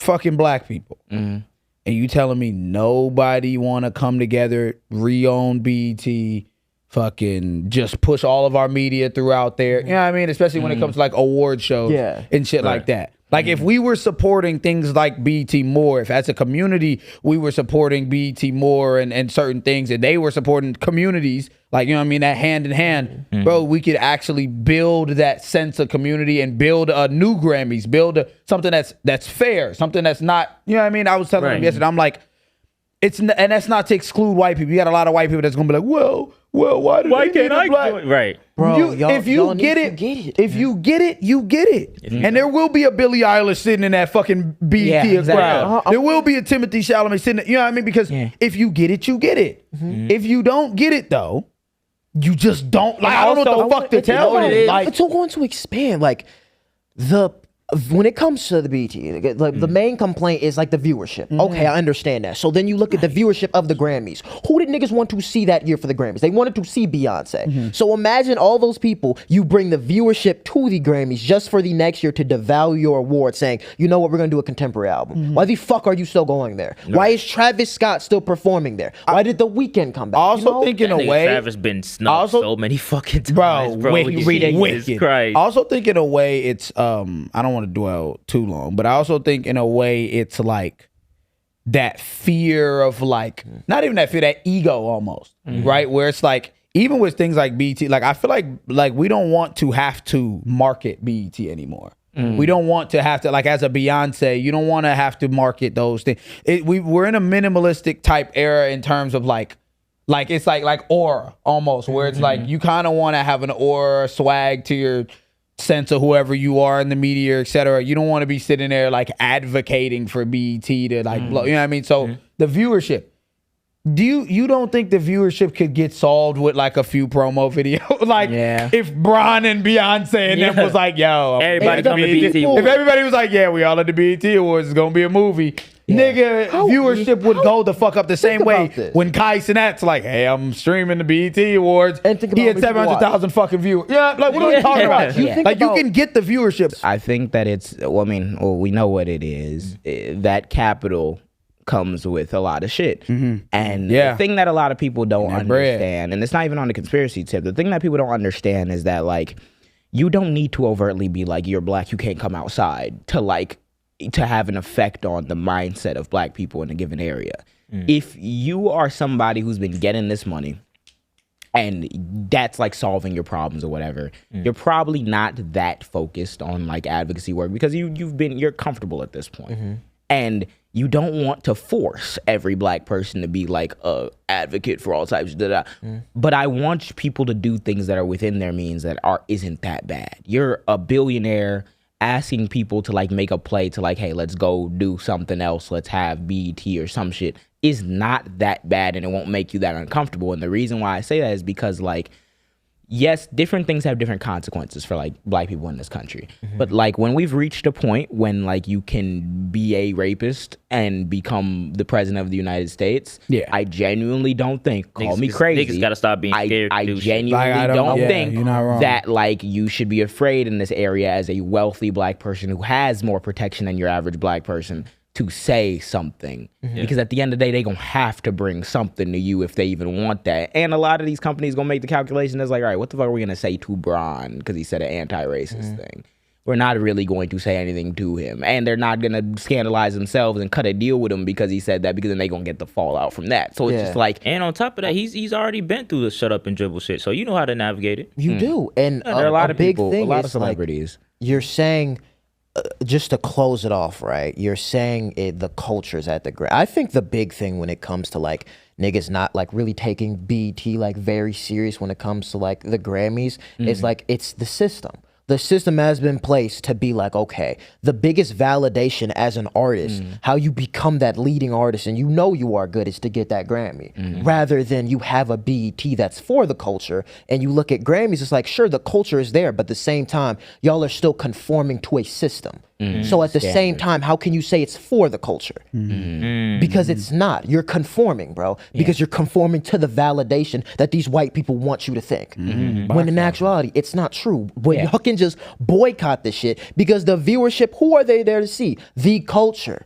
So you can go to BET and make it a Grammys. Yeah, you can make it validating for other black artists coming up. So so this doesn't happen again. I was gonna say you cannot say that you can't do that. It's impossible to say that like, oh, this is something that we just couldn't do, bro. At the end of the day, y'all have to start thinking outside this box, bro. Same way these white people do. Same thing these white people, and we're not talking about just that, like politically, everything. Like we are in an era where yes, it is required of all of us to think outside the box. So if you didn't think, or if you at home didn't think that doing BET or anything else besides the Grammys was possible before right now. Need to start thinking about it because at the end of the day, like you said, they're there to see them. If they decided to do some cool, like even if it's like slightly lower budget or some shit, it was like, yeah, we all finna be here with it. Turn up and they just have like streamers come or some shit. Like something. You can build it out a lot more. You know what it is? We just dominate everything. That's what it is. They just scared for us to dominate shit. Yeah, because like we dominate country, now they want to make contemporary country. And you know what's wicked though? I wouldn't even say dominate. We'll get like people a hair, but I'm saying we'll get, as in like we'll get like a hair of something, and that fear is brought up as if they're not still a fucking 50-60% majority in this fucking country. Yeah, and I think that, like you said, at a certain point, the people who get it will get it. The people who don't get it won't get it. If they do anything like that, oh my God, DEI, we're doing okay. That's why it's so that's Keep why talking like, from your fucking couch. Literally, because I was so frustrated seeing that because it's like at this point, what more will you take? They're literally saying, "Take this nigga award in your face." What more will you take, bro? You're You're still gonna pull up next year, and you're still gonna clap like a good bitch. No, not Beyonce. Not Beyonce. Not Beyonce. I love you. Actually, I love you so much. Can I have a pair of Levi jeans? I love The Jam loves Beyonce. We part of the Beehive. The Jam, by default, we tried to fuck with as many people as possible, but we also just want y'all JJ, name 5 Beyonce songs. Love on Top, Single Ladies, Lemonade, what's that one with Kent? Freedom, America Has a Problem. He's still going. I can't go. I didn't do with the 5. I should have asked Alan. I don't know if Lemonade is a song. I'm gonna clear that up right now because I know the album is Lemonade, but if there's not a song entitled Lemonade, they gonna rip my shit. So I'm just gonna clear it up now. Anyway, no kings. That's a protest. Speaking of taking the power back and whatever, I'm not gonna get into the whole analysis of whether or not this actually did hella because it's just good to see in general right now. No Kings protest just happened. Yes. Shout out to everybody that pulled up. Shout out to everybody who pulled up. Hopefully, as many of y'all stayed safe as possible. We knew some shit ended up going down, but what were the stats on it? So No Kings protest happened June 14th. They're saying that over 5 million. I seen like from 5 to 10 million niggas came out. It was about 2,000 separate like events in different like parts of the country. All over the country. I think it was there was niggas in New York. It was like around 50,000. There was niggas outside in Chicago like 70,000. Fucking Philly, there was hella people. Man. There was like 10,000 people in Dallas or something. That's amazing to see, bro. It's insane to see. They had like red states who pulled like I forgot what it was. It might have been Iowa. They said they pulled like 8K or some shit like that. Yeah, it was crazy. These niggas was outside. So I think what that does more than the whole like, all right, what does it actually do? Because there's people had to like set up safety, just walking outside. More than that, I think it does show that like there's way more people than at least a lot of people would expect who are actually just like, yo, this shit is crazy. Right. And that's when you get demonstrations like that. Trump had, obviously it's one of the biggest we've ever seen. Trump didn't even get that his first time around. I think it beat the hands-off protest, which was I think the big one they had right after Trump got elected. The women's protest. Shit happened 2 times after like we got the hands-off protest when he's elected, and then the protests keep kicking up when this guy gets in office. I wonder why. The fuck are we talking about? Like,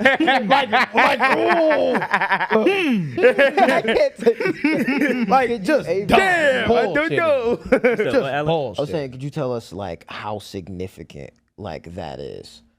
The significance behind these protests should tell niggas that the administration isn't doing good. Just to put it plainly, they're not doing good. At the minimum. Like you are actually. I'm sorry. I know that there are a lot of people who get trapped in the propaganda and shit, but like, help me understand. You're actually sitting at home and you see millions of people walking outside. Still good, John. We literally just talked about think this that shit. they're like, I was like, okay, so imagine, right? Imagine you go to work every single day for a year. And everybody in that bitch hates your No. Imagine you go in every day for a year. You walk in that bitch, you do your tie, you get your coffee, you do your shit. Then on this one day, after the whole year you go in there, some shit changed, management changed, some shit. And then you just start seeing niggas striking. Yeah. You gonna walk in every day like, there's nothing going on. Everything's great. No, you're gonna be like, wait a minute. Imagine they people are upset about something. Imagine they only start striking after they announce you got a promotion. yeah, like, bro, That's gonna be crazy. something is wrong.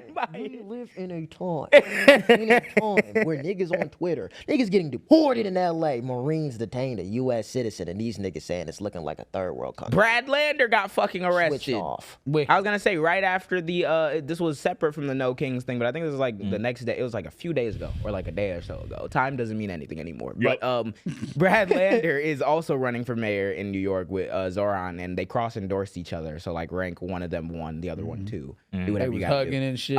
And then I wake up and I see that Brad Lander was standing in like it was a federal building, and it was like immigration proceedings were happening.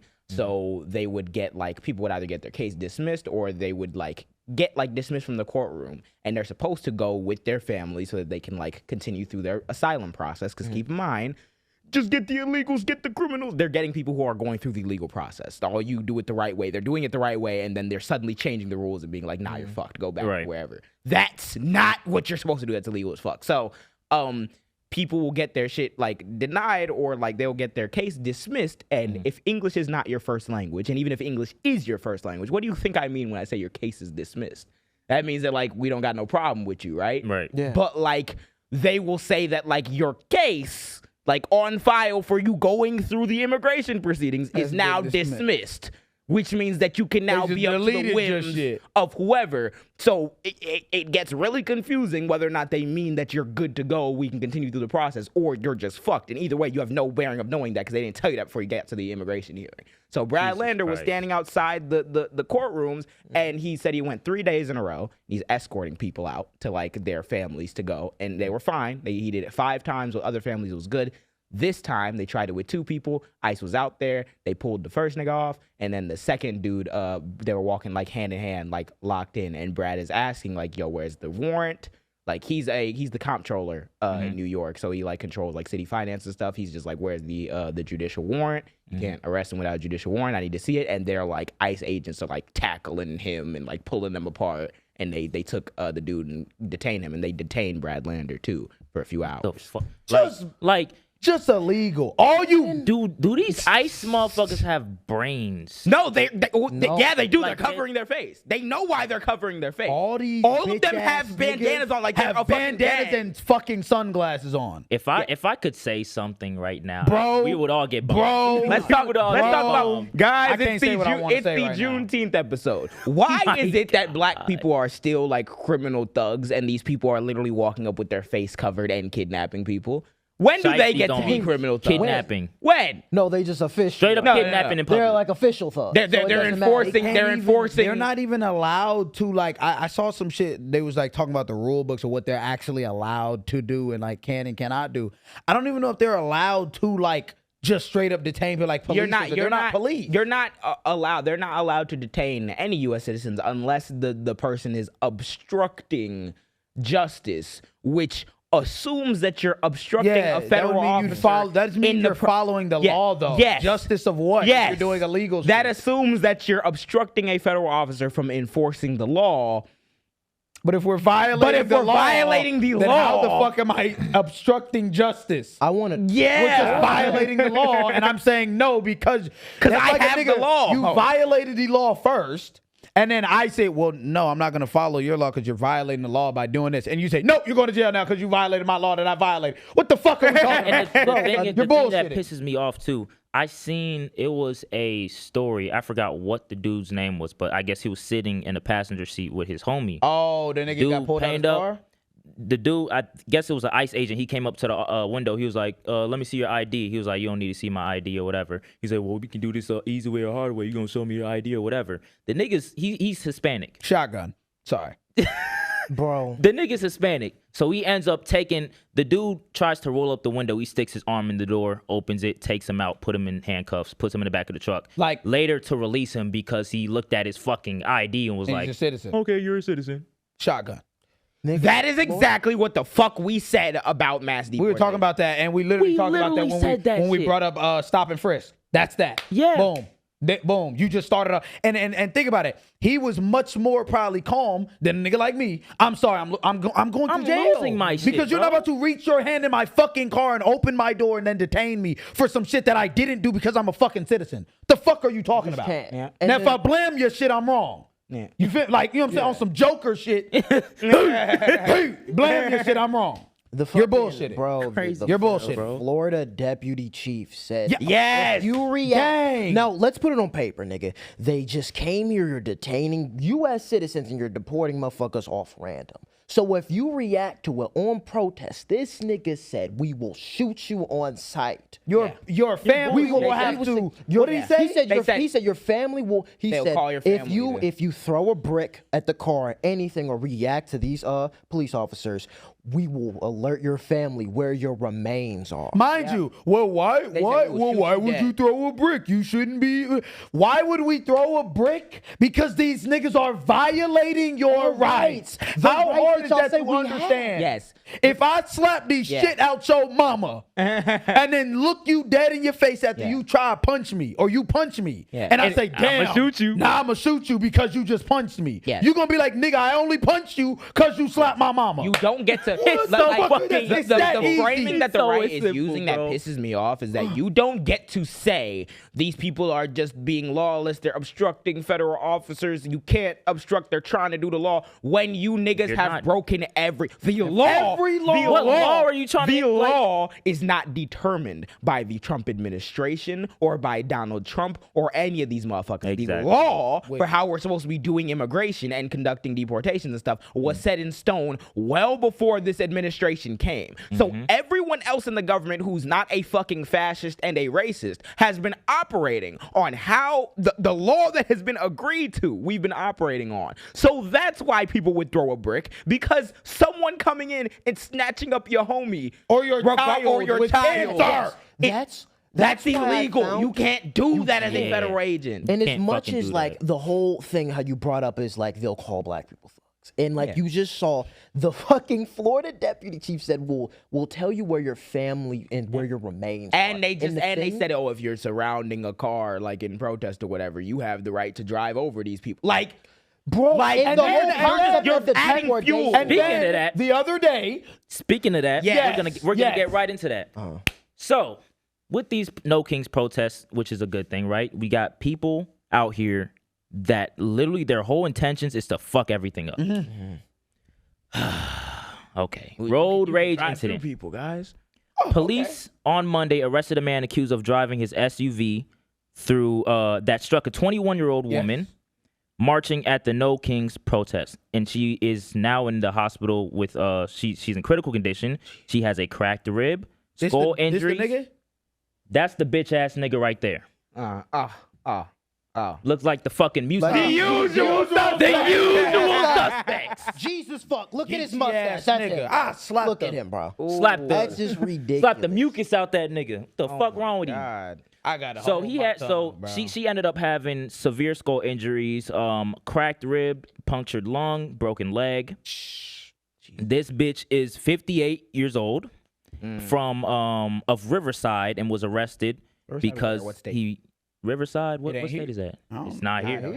Here, nigga. I know it ain't here. Public Right. building. Oh, because that nigga wouldn't have made it out the protest. He did that shit here. Yeah, Chicago. Bro. I see they be about it. in We would have Chicago. flipped that nigga shit on my mom. Turn this nigga Real. ear inside out. What was you Bro. Had this dumbass Turn nigga that looking up nigga, oh struck. God. Having that nigga listen to his own heartbeat and shit. Stupid ass nigga. I just don't. Yeah, I don't so get it, bro. We have a road rage. These aren't incident. criminals and thugs, though, guys. The criminals. nigga that, drove Oh. through a fucking crowd of peaceful protesters. These are people reacting to. These are people reacting to, oh, you got. Yeah, Oh. okay. It don't These make no niggas fucking sense. sounds about white. I'll rip your fucking Sounds about- mustache off, It bitch. don't make no sense to me, dog. You said it perfectly. Sounds about white, bro. Sounds about Sounds white. It's just about what white. it Still. is, bro. Yep. Because that Still. narrative is painted. This So nigga got a motherfuckers will dent in his justify fucking it. head. Do you want to Dirty do you ass want to nigga. continue with more things on the No Kings? Because I was about to say I could transition into another white man who did some violence. Yeah, so I believe no shit. So I guess there was an accomplice too. Her name was Candace Wenzel. She was arrested, 39 years old, from Riverside as well. Don't She, never trust Candace. Never fucking trust Oh, Candace. if your name is Candace, I'm so sorry. Candace from Change your fucking fucking name. I We grew don't up. It was trust Candace from Phineas and Ferb. Can't trust Candace right. from Phineas And then it was Candace. Can't Oh, trust And then it Candace. was, Oh, and now You it's add a Candace O West. into it. Good God. Nigga, I'm fuck sorry for everyone else who. right. Everyone so, named Candace, go fuck yourself. so she, Every single one. Wait, and wait. if you're in this comment, go fuck yourself. if you're Candace and you fuck with the jam, we love you. We love you. We love you. All right. So I guess she was accused of having a role in taking the SUV more than 30 miles away to a remote bro. She took it to an area in I don't know how to say this name. Felon? Is that how you say it? Felon. Sounds all right. Took it to a remote area in Felon. Oh, and, yeah, to Phelan the or whatever store. the fuck. Phelan, Felon. Mojave Felon. Desert. He's now a fucking In the felon. desert. Yeah, Yeah, Mojave in the desert to discard Of the van? Yeah, the van. Yep. Okay. These 30 niggas Let's are put a fucking fucking stupid. put a 10-pound or not a 10-ton fucking SUV in the fucking in the desert. What you bury the bitch? How should we get rid of the van? The desert. The desert. You a dumb nigga. Just dumb nigga. Now you finna get all that Ooh. fucking true crime. Yo, dumb ass Now dropped you your in car there. off in the desert. You will never see these. White sons of out. Only thing, Fucking only thing out there, fucking cactus and a black SUV. Fucking idiot. Stupid. Where did this random Chevy Traverse To the come salt from? flat. Oh my God. Niggas see one episode of Breaking fucking Bad and think they Jesus. Think they I fucking think Walter this White. is supposed to be here. Gonna earth bend that bitch. Oh my fuck, God. like, And along Niggas with be these blowing King myself. protests, right? You have some of these bitch ass MAGA people walking around with guns trying to intimidate people. Dang. So there's a situation, I forgot Talk where about it it because was. white nationalism has really been the number one threat Yeah, in this country literally, for 5 years, and we still talking about it. So I forgot where this was, right? But this dude by the name of Arthur, I'm probably gonna butcher your name, and I'm so sorry. His name is Arthur Falasa What do you mean? Alu. Wait, you So said sorry sorry. about what? Oh, wait, he was wounded. He was wounded. Yeah, yeah. Oh, he's the wounded guy. His name is yeah, he's about to crash. Okay, the person that fatally lost his life. His name is Arthur Falusa Alu. He's 39 years old, and he was shot by a peacekeeper. So this is what happened. This is Hunger what happened. Games? Peacekeeper. No, this is what happened, right? So there was somebody that was antagonizing the protesters, right? And he had a gun. He was pointing it at like some of the protesters, and a peacekeeper was there to like keep the peace of the protest. And I guess the peacekeeper drew the gun to try to take out the other nigga, and he ended up hitting him with no like. He ended up hitting the This person. is why that we was don't need protesting. fucking guns. Yeah. This is why we don't need guns. Good guys with a gun. Nigga Good tried to guy. be Batman. You got niggas who don't even got an eye exam holding a fucking shotgun. Like why? You can't. Why? See. Why? You about to blow my shit. We're like Niggas, this is no. what's happening, This is Western fucking civilization with Yes. comic books and shit. Everybody can't be fucking Batman. Hey, Yeah. Nigga grab a gun and kill somebody else. Good fucking law and Lord. order people. Law and order niggas. You know Jesus that part where they Christ, teach bro. you about law and order in school and they talk about vigilantism and why you Yeah. can't just have a vigilante nigga enforcing the laws because that's a little crazy. And you niggas think it's good that we run around here wild west. Where a Nigga nigga with said- an AR. I think, bro. Niggas say, hey, stop right there. Killed somebody else that's protesting. That's crazy. And then you have I to don't think, get it. bro. I I don't get don't it. know, like, and then that going person's back. family is just like, Yeah. And now, like, his family will never imagine- ever like he imagine- can't see his family. Like Imagine being the, and this Bro. is why I had such a problem with that one deputy saying what he this said. nigga mad, bro. What are you What is he laughing about? Bro, it's just we're not laughing No. at It's just the person fucked. that lost his life. We're laughing at the entire situation of how fucked it is. yeah. It's 'cause like- we have somebody. You Oh, shot shit. the wrong person, bro. This shit is stupid. Why you look- I it's keep so look- stupid, why your bro. face looking like that? Because all of this shit Shot could the be like, wrong person. like That's like a nigga accidentally shooting his foot. How does that I work? can't believe that's actually so. Someone just lost their Jesus. whole life. Because you want to play Batman. Ass nigga name is Wait, what's his name? This nigga name is Peacekeeper. this nigga was supposed to be a civilian. peacekeeper. Take the fucking guns away. He was Take such everything. a gun. Take it all. Take it all. Regulate. That please. way- You're the peacekeeper. the- No, let's put it on Fucking paper. peacekeeper You're the shot nigga a who fucking needs to civilian. mediate. Imagine being the mediator for a debate. You walk up to a nigga and punch him. in the Alan, face. please, like, Rather, you just killed someone. You just like, killed what a- Kendrick. Kendrick, no. Oh my god, that's insane. like please take the But gun. no, so what the I was nigga, saying, the nigga the that whole- shot the dude, right? He got charged with murder. Yeah. The Peacekeeper? Peacekeeper got charged with murder. Yeah, that's right. And then the main thing, what I was saying with that deputy thing and why I had such a problem with it. Imagine making that Was he statement white? and you like, I have no clue. you imagine you the officers like behind him. Like that's the energy y'all finna come off of like, oh yeah, We're gonna we finna, kill you. we finna mark any nigga. And that's how you have a And that's peacekeeper already accidentally shooting. that's already a nigga who's a peacekeeper who probably didn't want to like kill that person. Yeah, and he of course fucked up. not. And now we have cops who are turbocharged coming in with their Hellcats talking about we're going to kill you. Can we- They're not thugs, by the Can way. we talk about? Can we talk about all this shit, bro? All this. Yeah.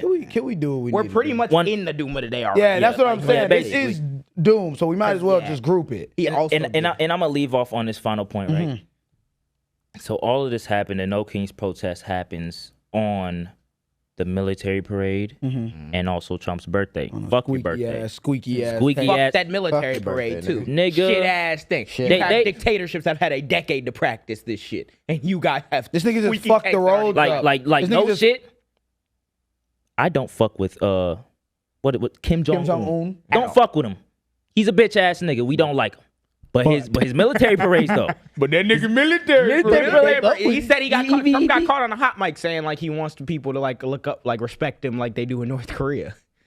And then here And you then go you put with on that shit-ass parade. a lackluster crowd that he Yeah. thought it was gonna be 200,000. Yeah, What you just which it said was. with North Korea, you think about like why the respect is so strong. I wonder what we fucking enforce to these niggas. Why, hey, you should probably respect the military. What the fuck going These niggas don't even know the true color of an apple. I've watched. Like, I for real. watched. They don't. I've watched a.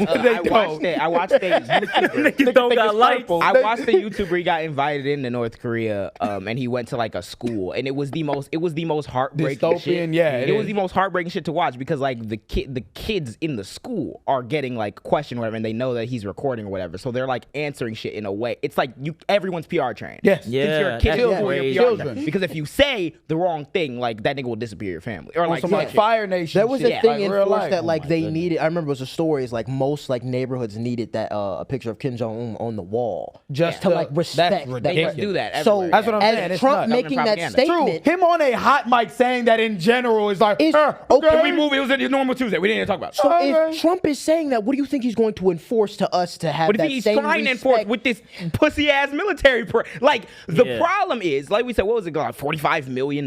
Yes. Yeah. Damages. Department of Government damages. Efficiency.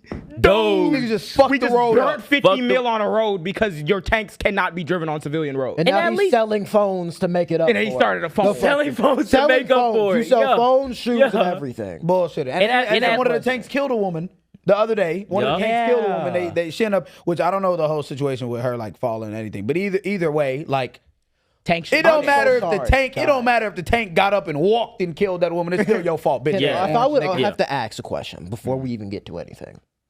2020, I went to you, JJ, and said, yeah, a peacekeeper at a protest just randomly shot a nigga by accident. Matt, I told you, yeah, a tank just crushed a woman. Yeah, I told you the Marines just came to LA and detained a U.S. citizen. Nigga, robot chicken. This is not real. At that point, I think like, mind you, he's about to say, mind you, tanks killing people, tanks being squeaky, no applause happening. Chill also, shit. we're cutting VA benefits. yeah, chill shit. Yeah. Doing all this. Oh, guys, you guys are horrible protesting on the 250th anniversary. VA cuts. What are you talking about? 250. Yeah. What are you talking about? 80,000 employees cutting from the VA. What are we Just talking about? on the. Squeaky tanks. But we Squeaky get tanks. 250 But squeaky birthday. ass tank. Yeah. And then Yeah. And then I wake up on an idle evening in 1968 and I see that Malcolm X, no, I mean like two Democrats. And we're getting political assassination.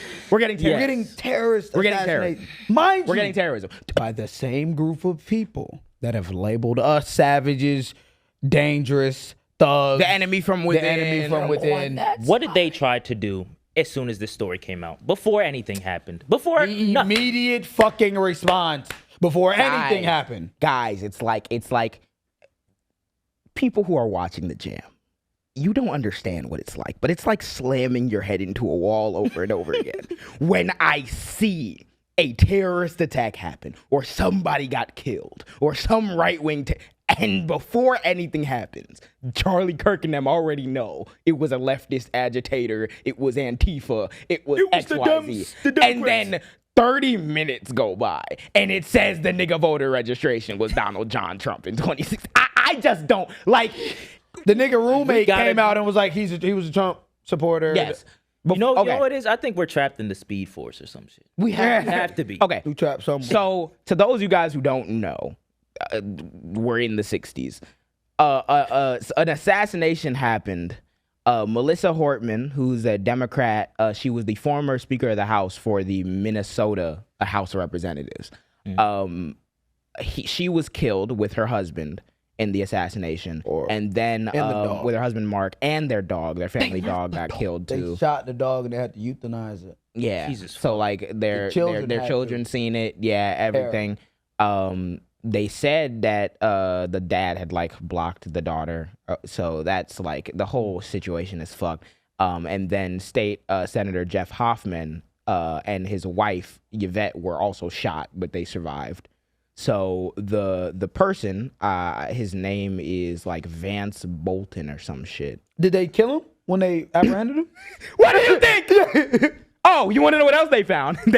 Hold on, I need to read this to you because you're probably not gonna believe what it is I'm gonna read. Screws. Switched off. Yeah, Switched. The authorities so basically what happened was the other day the dude has a list of like 40 plus, like dozens of Democratic lawmakers, including Tim Walz, who's the governor of Minnesota, Ilhan Omar, who's a progressive like member of Congress, just all Democratic people. Had no kings like written all on these like papers in his car, so the authorities think he was targeting a no kings parade too. So that's why Tim Walz is like, don't go to that bitch in Minnesota because we're still looking for him. He got a car that he made look like a cop car. He fitted it with lights or whatever. He fitted it with fake police plates and everything. I don't know. Apparently, this nigga has a sketchy background. I don't know how he got this shit, but he just had access to it. Sounds about white. He had a fake, he had a fake police uniform. Oh. And then he went up. He went up to these people's houses. He knocked. I think I was looking at like the details. He knocked the first two people that he shot that survived. He went up, was like, it's the police, da da da. Then like forced his way into the house. They were like, oh, you're not the police. And then he shot at them and didn't kill them. And then the cops heard about it. So then they dispatched to like all the Democratic people in the area to go check on them. And that's when they went Melissa Hortman's house. And he had already, they had caught him while he was leaving. And he ran off. They had shot at him a couple times, but they didn't get him. Jesus, bro. And he had just killed them. So he dressed up like a cop, was playing like he was going into these people's houses, and then killed these like people. Movie shit. Nigga, Okay. this is some House of Cards shit. Literally that House of Cards shit. Now, white privilege. The authorities located his wife, and with the wife traveling, they found 2 handguns and about $10,000 in cash and multiple passports for her and her children in the vehicle. That nigga said They let her go. Whoa. I was not expecting that shit. Wait, repeat what you said? They let her go. That nigga said, hey, I'm about to do this shit. She probably knows what the fuck going on. Probably. Here, here's some money, here's the kids, here's a passport, get the fuck out of here because they're going to come after me. Nigga went on and did that bullshit, bro. That's what I'm thinking. Let them pull me over with 10 bands, firearms, and You're fake getting 60 passports. shots. Unrecognizable. They said you can go. Closed casket. Yeah, closed casket, for sure. Yeah. 60 shots. So- That's why I was saying, like, did they apprehend him? Did they take him in? Did they shoot him? They apprehended him. They caught him in a They caught the manhunt. nigga and they let him walk Alive. away just like, yeah, No, alive. no, they took him in alive. That's what I'm saying. They Yeah. got the nigga alive. Just, in the field, arrested him peacefully. Yeah.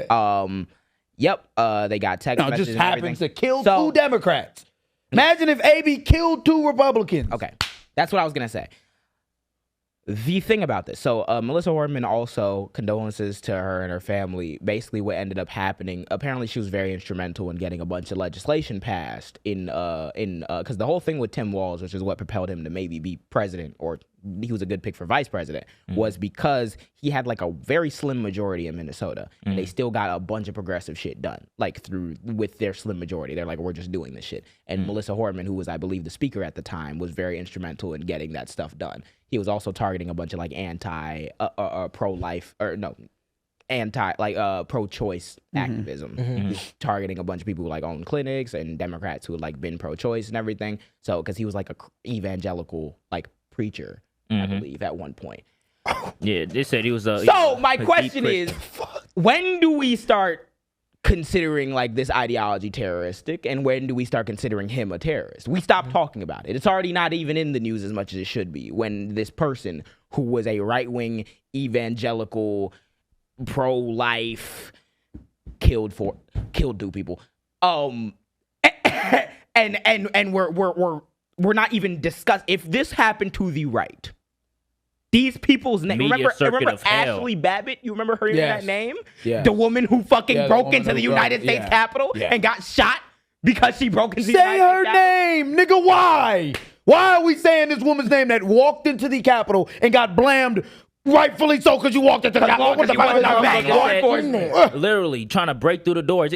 Stay back. Then the stay nigga- back, Stay back. Yes. Stop. Then Stop. the She gonna hop over. Then the nigga dressed your ass down, nigga. like law enforcement and killed 2 white people, which should be the nightmare of like any white person anywhere. Anywhere. And we're not even. That's not even on the radar for them. It was the left who did it. Not like It the was fact the that left. that's No not facts even out loud. big now is Yeah. like, because you're right, bro. Like, nigga, I'm not seeing nothing. So let's put it on paper. So we done had insurrection. We done had now the niggas killing. Oh no. We done had the Nancy Pelosi situation with the Yeah, hammer. we tried to assassinate We done her, had yeah. we done had the nigga who tried to assassinate Trump, who was also a Republican. right-wing Yeah. Republican. We've had this situation. y'all are insane. Y'all are If fucking I crazy. ever hear it was the left radical bitch. They said it was Antifa when they were breaking into the Capitol. You dumbasses will hear them say this and still believe it. Yeah. You can watch the same shit we all watching. They have Trump flags outside. Confederate flags, Trump flags, MAGA hats, all types of Nooses. shit. Nooses. It was Antifa. So Did Charlie Kirk actually went out and was when that shit happened and blamed it? no, Charlie Kirk has been trying to take a peaceful spiritual break because he was dick sucking about how Donald Trump is so anti-war this entire time. And so then he tweeted the other day, he was like, this news stuff can be a lot. Just get off get off your phone, go Damn, I don't know what to say next. Fuck. I just got caught in my lie. Fuck. Do you know how many people? My dumb Do ass. you know how many people have recently came out and been like, I just didn't expect Trump to take us into this war. Guys, okay. Really? Let me before Really? Yeah. because the point that I wanted to make about the Melissa Hortman assassination is we should be saying her name all the goddamn time, regardless of fucking political affiliation, regardless of even if you like the Democrats or like her. Her name needs to be said a lot because that was terrorism. That was an assassination, a politically motivated assassination from the right. They should never be able to get away from that with the way we're going. Second of all, the issue that I have is that like these people, in no uncertain terms, are here to lie to you. And they know they're here to lie to you. That's why you should not respect anything they say. Nope. January 6th happened. It was Antifa. It wasn't Antifa because I pardoned them. I pardon them because they were wrongfully XYZ. We also need law and order, and that's why you shouldn't be rioting. But they rioted at they do not give a fuck. They will say anything to confuse you, to distract you, to take off the fact that they still want to cut your health care. They still want to do unsustainable shit. That bill is in the background just the bill is just marinating. And they're still talking about giving tax cuts to the wealthy. They do not give a fuck, and they will show you that they don't give a fuck. Because now we're talking about law and order in the same breath as pardoning the niggas who actually didn't do anything because it was Antifa. Just like Antifa killed Melissa Hortman. Oh no, it was a registered. Going back to what you're saying of like, voter, these people are meant to lie to you. Because Charlie Kirk, after all this shit, he said, I'm going to take a peaceful break. He could have really just like asked, was like, okay, this is just crazy. Like, it's this out of is hand, when it but comes to having a backbone. So we're going to get right into the doom of the day. Slab, no backbone. So what ended up happening, Iran and Israel are going at it, and I'm losing sleep because we can't stop dick riding Israel, which means that Trump is sitting here pitter-pattering about whether or not we're going to get into a full-on war with Iran. Why, guys? What does this have to do? Well, you know, when Trump was president the first time, right? A couple things happened that we just never talk about because time is meaningless and the past is meaningless and people's records are meaningless. Get into it. Donald Trump, a lot of y'all will hammer Barack Obama and be like, well, what did Obama really do? Obama was just an extension of the American imperialism. What about Obama? Shut the fuck up about Obama, nigga. Which I mean, fair enough. Please. True. He did contribute to a lot of extension of like American imperialism because he drone strike a lot. In a lot of Middle Eastern countries, he was heavy on the drone strikes. He got a lot of flack for it.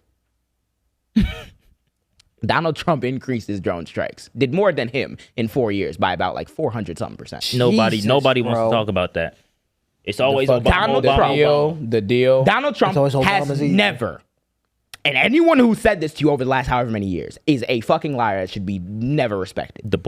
Donald Trump has never been a anti-war president. Ever. Nope. Ever. And the people around him have never been anti-war. Just like he never drained any swamp. He has neocons, he has hawks that are so eager to bomb brown people whenever they fucking can because they've been in Washington since they were 1 year old and they are been pushing these same exact policies. Did we forget like North Korea, Donald Trump era? Like that when they was shaking hands? That whole era where like everybody and their moms was scared. Like, oh shit, we might go to war with North Korea and all type. Because that was like an entire, because he was talking crazy. Trying to posture. And what did we get from North Korea? Fucking nothing. Nothing. That deal went up in smoke, nigga. Bullshit. But and the only reason why nothing really happens because North Korea just didn't have shit. They didn't have shit to even reach us. Niggas was launching missiles, hitting the water. And now this nigga's talking crazy to Iran. I wanted to ask you, like, why do we dick ride Israel? Okay. Why do we want them? It's a very deep question. Yeah. So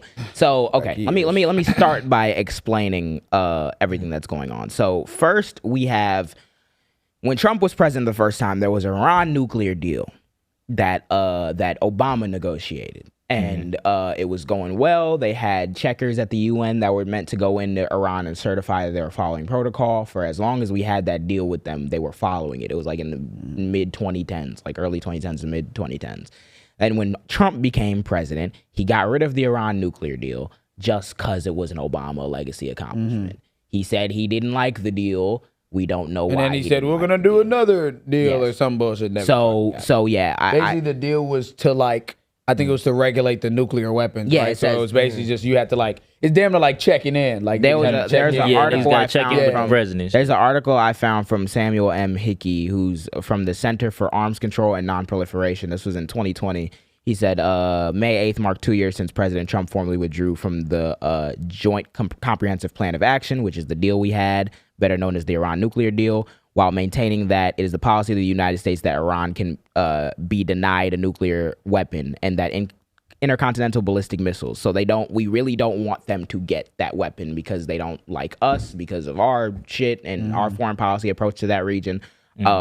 So we think that we can nuts. just unilaterally determine that this country cannot have nukes. That's actually though, like you got to really think about that. That in itself is hilarious. Yeah, and we bombed the literal Israel- shit Bombed out the of shit y'all. out of them. niggas. Hey, you And can't now do it's nothing like, back. Hey, y'all Yeah, can't hit us shit. back. No, Y'all and can't do Israel shit. does not want to. Israel doesn't want them to have it either because they're right in the region. They're right next to And each they've other, been- yeah. Iran and the Muslim states and Israel and everything have been beefing for a long time over that territory and everything. So And um, they definitely don't want them to have nuclear weapons. But they also don't want to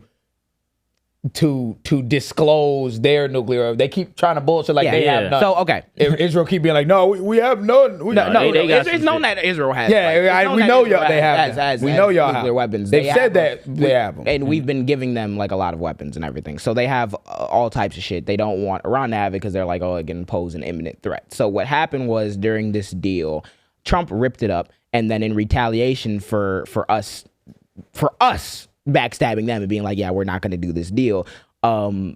Iran has since then become like less and less compliant with it and not like listening, because now we're in deal negotiations to get this deal back, and America's saying one thing trying to get this deal and then allowing other things like Israel bombing them the other day because they surprise attacked Iran because they said, oh, it's imminent threat. Iran's gonna have a nuclear weapon. Iran, I have a video in here. I hope I put it in there. It's the first one about, it's that first one with Netanyahu. This has been Netanyahu, the prime minister of Israel, saying that Iran is going to build a nuke, going back in time. Just pay attention to the date and look at what happens. This is If not 2025. stopped, Iran could produce a nuclear weapon in a very short time. It could be a year, it could be within a few months. They have the wherewithal, the stored up, preserved knowledge to make a bomb very quickly if they wanted to do it. Iran is so dangerous. Weeks away from having the fissile material for an entire arsenal of nuclear bombs. They're very close. They're 6 months away from Yeah, very being about close. Yeah, 90% of having the We're rich past GTA uranium 5 for right an now. atom bomb. Iran is gearing up I'm to have Jesus, we're going back. bombs, atomic bombs a year, 250 bombs in a decade. Ladies and gentlemen, Nigga, I'm not time even thought is of it. running out. I'm not Iran will be thought of it. capable of producing alone, without importing anything, 3 to 5 nuclear years. bombs within 3 to 5 3 years. to 5 years in 1996. 1995. So Nigga, before I was fucking it gets so an funny. amoeba. So since before we invaded Iraq, we've been talking about how dangerous Iran is, and Netanyahu's like, we need to do something about it. So I'm like, I wonder if they're enriching the uranium now. Right now, what happens? So basically, when you enrich uranium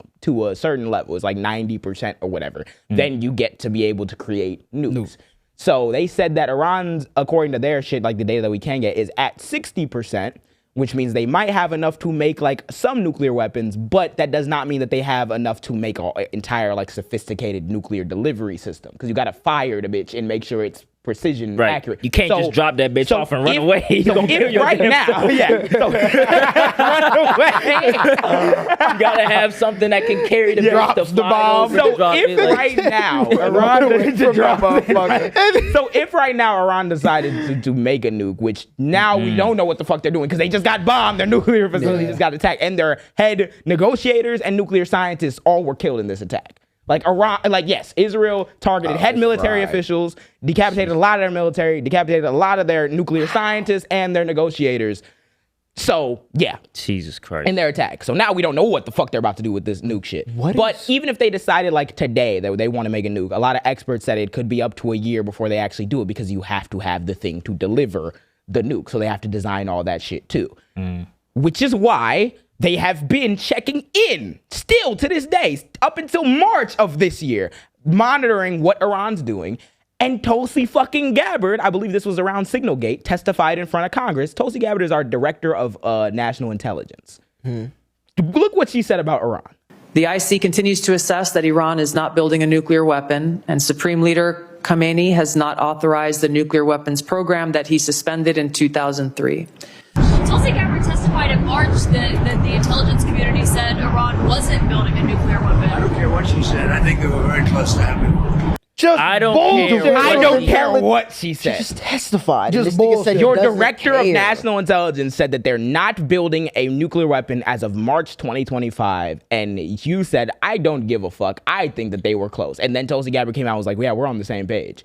They're just lying. They don't give a fuck. Bro, they don't give a fuck. There's no there's no law. We invaded a bunch of countries that did not do 9/11 because weapons of mass destruction. Weapons of mass destruction. They got the weapons of mass destruction. For the last 30 years, while Netanyahu has been saying that they are going to get the weapons of mass destruction, they have not had the weapons of mass destruction. Then we kept checking to make sure they don't have it. They still don't have it. And then Israel was like, well, they got kind of close in a step, so therefore imminent threat, we got to attack you. That's fucking ridiculous. Regardless of what the fuck, that's the way these niggas are trying to gaslight, even like the media, the amount of people in Israel right now that are like saying like I'm seeing all the videos where they're like, oh my God, this is what's happening in Israel, and I'm like, oh word, yeah, that's crazy. Okay. Yeah. Your civilians are getting hit, right? Your civilians are getting hit. Huh? I wonder what y'all was doing over there. When the other week, 14,000 children or like babies. We're gonna starve because they just had a situation where Israel. That happened like 2 weeks I'm pretty ago. sure they fired Israeli tank shells into like people in Gaza who were trying to go for aid. They like lured them in for humanitarian aid and fired at them. So your civilians are getting hit after you A, genocided Palestinians, but B, after you set off explosions in the capital of Iran. They didn't just attack Iran the other day. They attacked Tehran, the capital city of what I believe 10 plus million people, and was blowing shit up. They was knocking shit off. Big ass. I was seeing videos. It ranged from like morning to night. All you see is streaks in the air. Yeah. This is wow. Yeah. It's a war. Like war. It's real. Aggression. I want to ask you, why did what's the benefit? Okay. Fuck. Oh my God. Because the thing was, before I was trying to say this question and then like I just couldn't say it because y'all were talking. I was saying, why would Trump like fuck up the plan when Obama made it? So just cause. There's no benefit. There was no same thing he did with Obamacare. The nigga he got in there. He was like, damn, there's a lot of shit with Obama name on it. I want all that shit gone. And that's literally what it is. He just didn't want the nigga to have those accolades. It says, in talking about the Trump approach to Iran, Secretary of State Mike Pompeo, who was the Secretary of State under Trump's first administration, claimed that the United States would ensure Iran has no path to a nuclear weapon, not now, not ever. These are two paths. There are two paths to accumulate weapons-grade fissile material, enriching it to 90%, like I said. The agreement restricted Iran from enriching uranium past 3.67% until 2030, but Iran is enriching uranium to a higher purity as its stockpile is increasing in response to United States' violations. Which is also nuts considering how we got here. We are literally telling niggas they cannot enrich their shit. As if we didn't come in there 30, 40 years ago. We're the only country to use a nuclear bomb on a different population. We're the only country that have used that world that has actually dropped a nuke on people.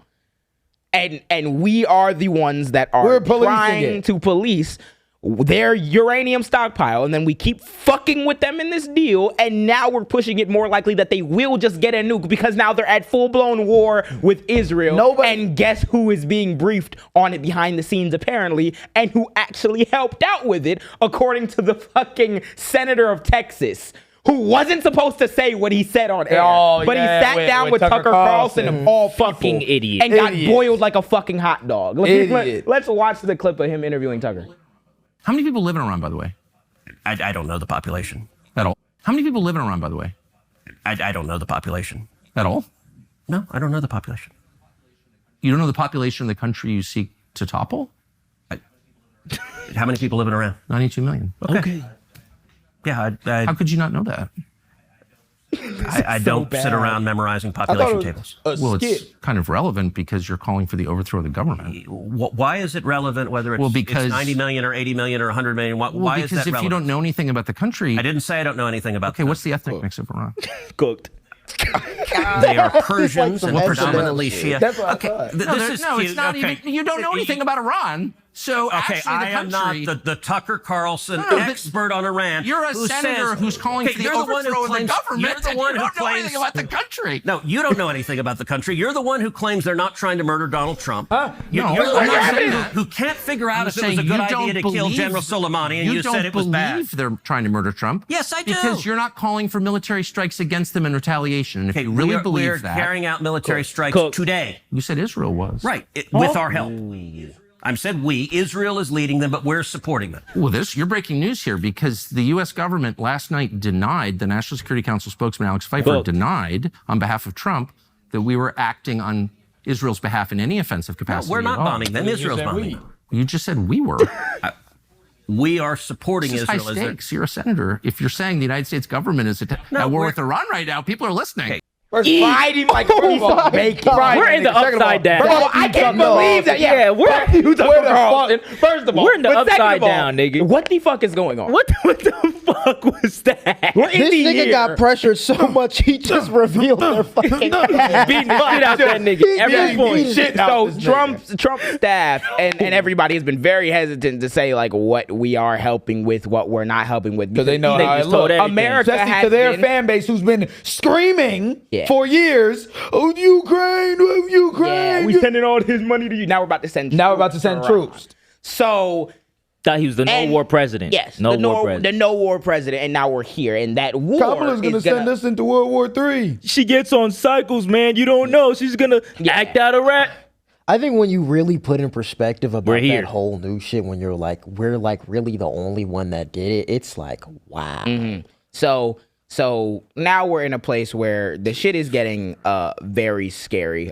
Trump has threatened, obviously, the leader, the Ayatollah, in Iran. He's threatened, which is their like supreme leader.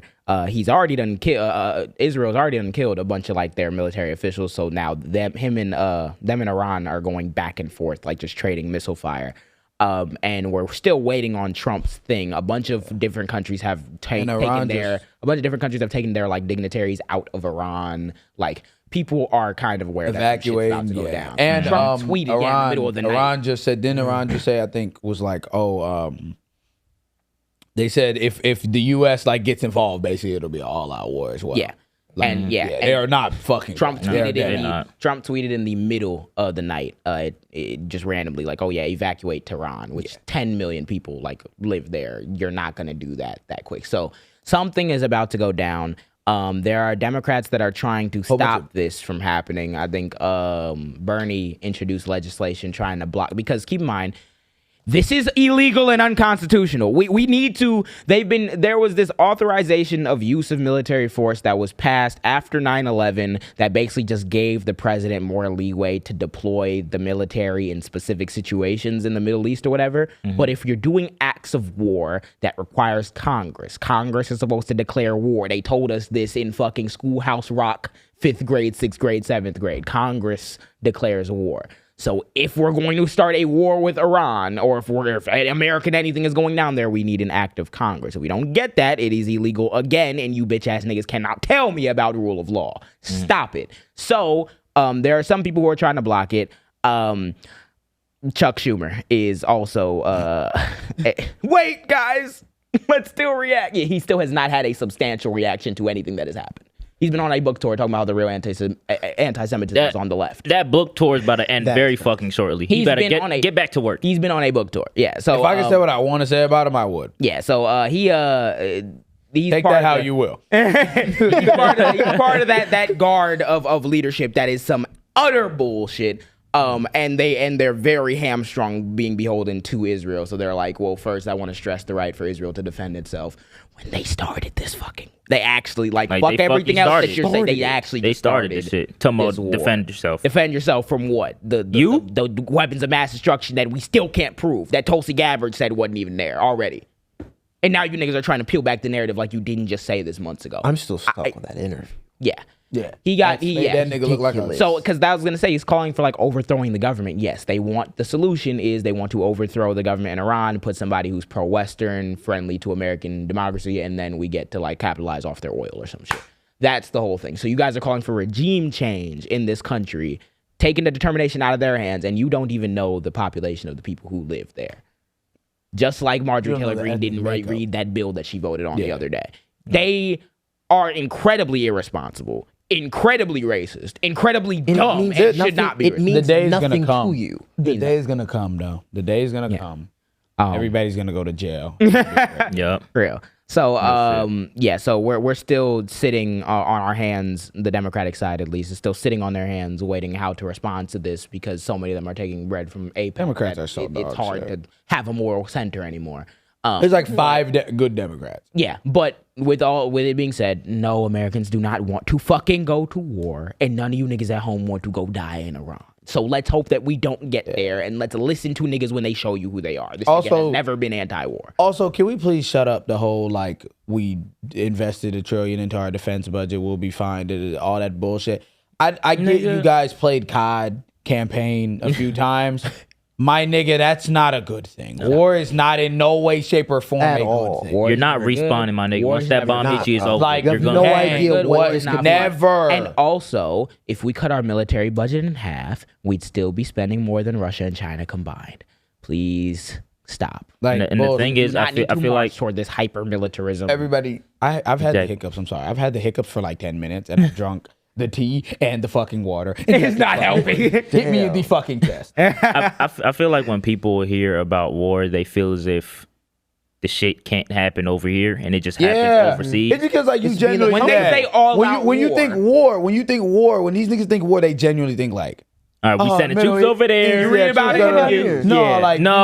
You gonna read about it in the news and see a bomb exploding outside your crib type shit. If it's all out war with Iran, then that means all out war means that they will be trying to do strikes in the continental United States, which is something that we have not seen since like Pearl Harbor. So keep fucking around if you want to. Keep being comfortable. Keep being rah, yeah, funny, yeah. And then when people start dying, oh my God, I didn't know my this God, was I gonna had no happen. idea it get this bad. Yeah. My leg flew off. Like, because I wanted some lower egg and gas prices. Yeah, on some bullshit, which you're not getting because I'll never give a fuck about that. Exactly. By Jesus. Yeah, so Jesus Christ. The state of the country, the state of black in America is royally fucked. We're all trying, and that's this is why we need to come together. Yeah, I was gonna say, moving into our final 10 before they drag us out the studio like usual.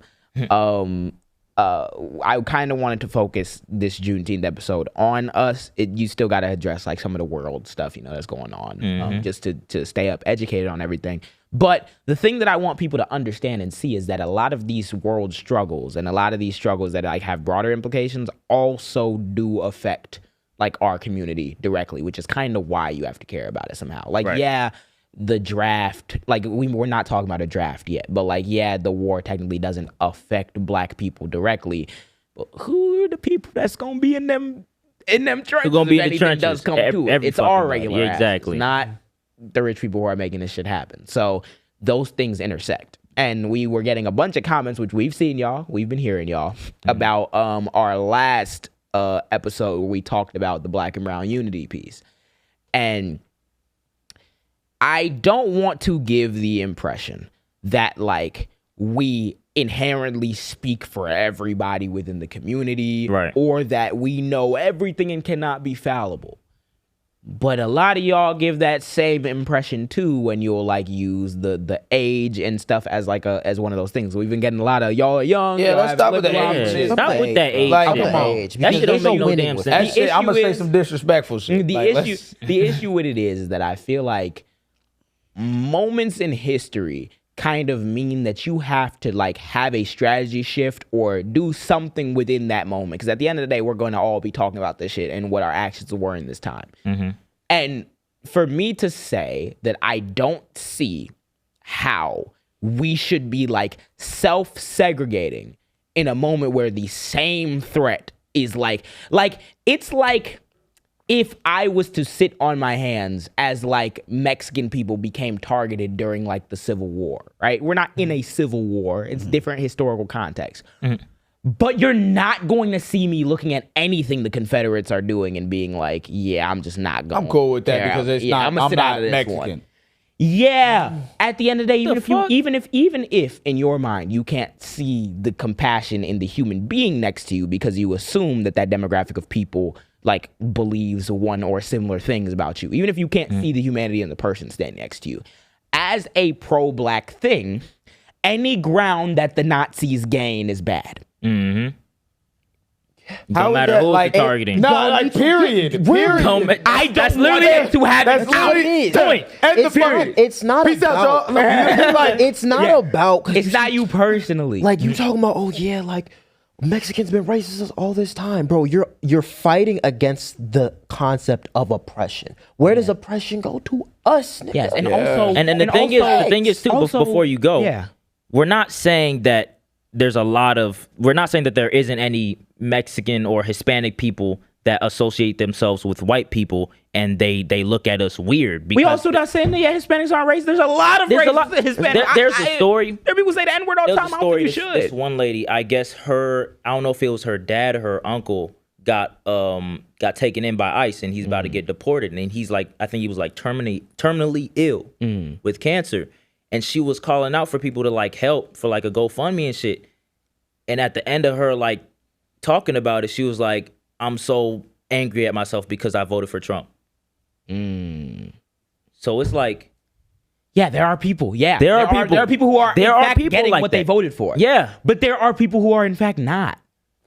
And Like and the illegal immigrants that can't fucking vote. Yeah, and I get it, and So I get the argument with white people, because I remember Deontay Kyle made this very insightful argument that I was talking about, even when it came to like the gender stuff, where it's like, in the same way where you don't have enough time or safety as black people or brown people to like make the determination whether that white person over there is a racist person themselves or just like the general group of like people, whatever. So you move differently.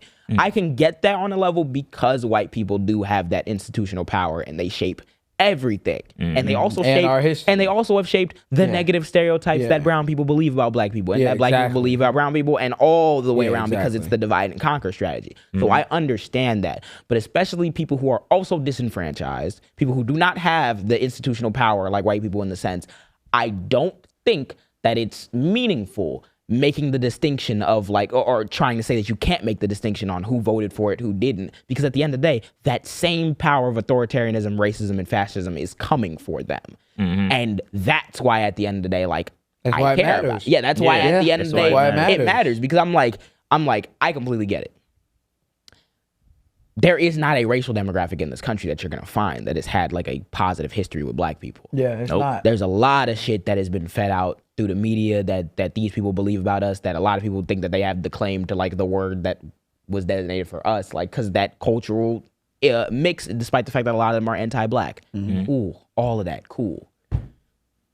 What is that? Now what? Yeah, exactly. Like, what does that change? Yes, we have to take lessons from the civil rights movement in the sense that we shouldn't be integrating into a burning building. We shouldn't integrate into spaces that don't want us there. But you know, the hand of fascism kind of forces your hand. You don't get to choose sometimes. You don't. The hand of history for, and also there's an Afro-Latino sitting right here. Yeah.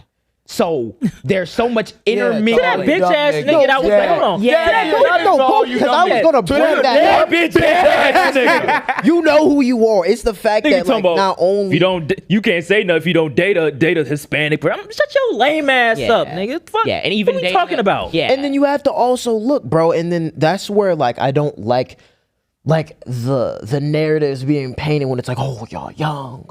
Yo, you don't get that. it. He's Mexican. Bro, What are you I'm talking Mexican about? and I grew up with only Mexicans. With I know straight what it feels. Mexicans. I know how it feels Black to be people. the only black boy on the block. Yeah, like, dealt what are we with the talking racism. about? I dealt with the good, bro. Dealt with each side, and I'm still over here saying that we need to fight against the concept. We grew up in of Chicago. Yes. What? Now, if everywhere. it was the Mexican people in the Mexican Assembly cracking down on black people in XYZ, okay, I get your point, but I genuinely don't, and I get it. Like I said, learning lessons from the civil rights movement. This is a unique time. You can learn so much from something because it happened, but this isn't happening. This is a lot of violence, this type of violence. We see it in our communities all the time, but like this on this mass scale in a way that's actually threatening like everything, even the shit that the white people be relying on, has never happened. These niggas, no. It's something that we were talking about. I actually talked about it in a video.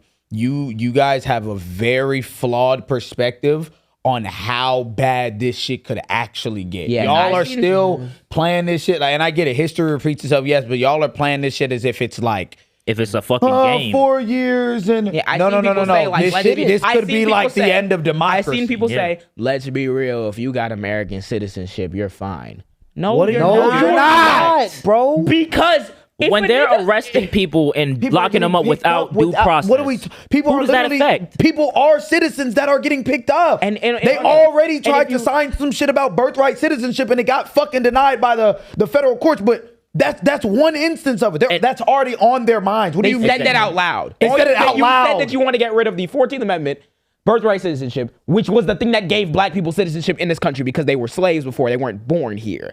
So they had to make all black people citizens somehow. So they did the 14th Amendment. That's it was a Reconstruction Amendment.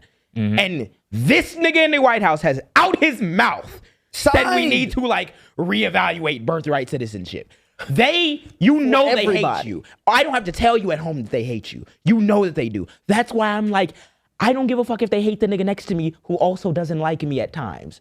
And if I don't know whether or not they like me, I don't give a fuck about it. I know that they hate me. And I know that they hate them. I don't like them. What it is steps to shit. And we always talk about steps to shit.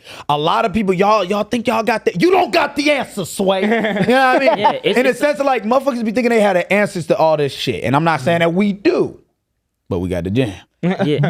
But to that point, you do have a situation where, okay, there are people on that side that don't fuck with us. But that's not where we're at in the grand scheme of the plan right now. Right now, we come together. We come together. We band together. We get out of this. And then we trickle down and address those certain things within our community that were perpetuated by the oppressor. But if we allowed the oppressor to fucking oppress us, then it's like, because we've been here before, let's just have it again. And let's let it happen again. If we allow them to do it to a different community and not us just yet, then we're just going to get to that point and we're fucked anyway. And you know how it gets to that point? You had said a big thing in the sense of people realizing that history repeats itself. I think people get too comfortable with that concept because it should never repeat it. It's been there for us to learn. The whole point is to learn from it. Exactly. We're so like comfortable. We're with like that. we're literally comfortable with it. It's like, oh, okay, Holocaust again. Why? What do you mean? In those concentration camps, it was not just Jewish people. It wasn't just Jewish people in them concentration camps. It was black people. It was anyone that they determined was not a part of their Aryan ideal. Just like they're starting to lock people up who are not a part of their American ideal. All it We are in history repeating itself. And the way it turned out the first time did not fucking care whether or not you were black or brown. This is the first time that that could matter. That could change things. No, it still won't matter because a lot of y'all believe that nothing will happen. True, yeah.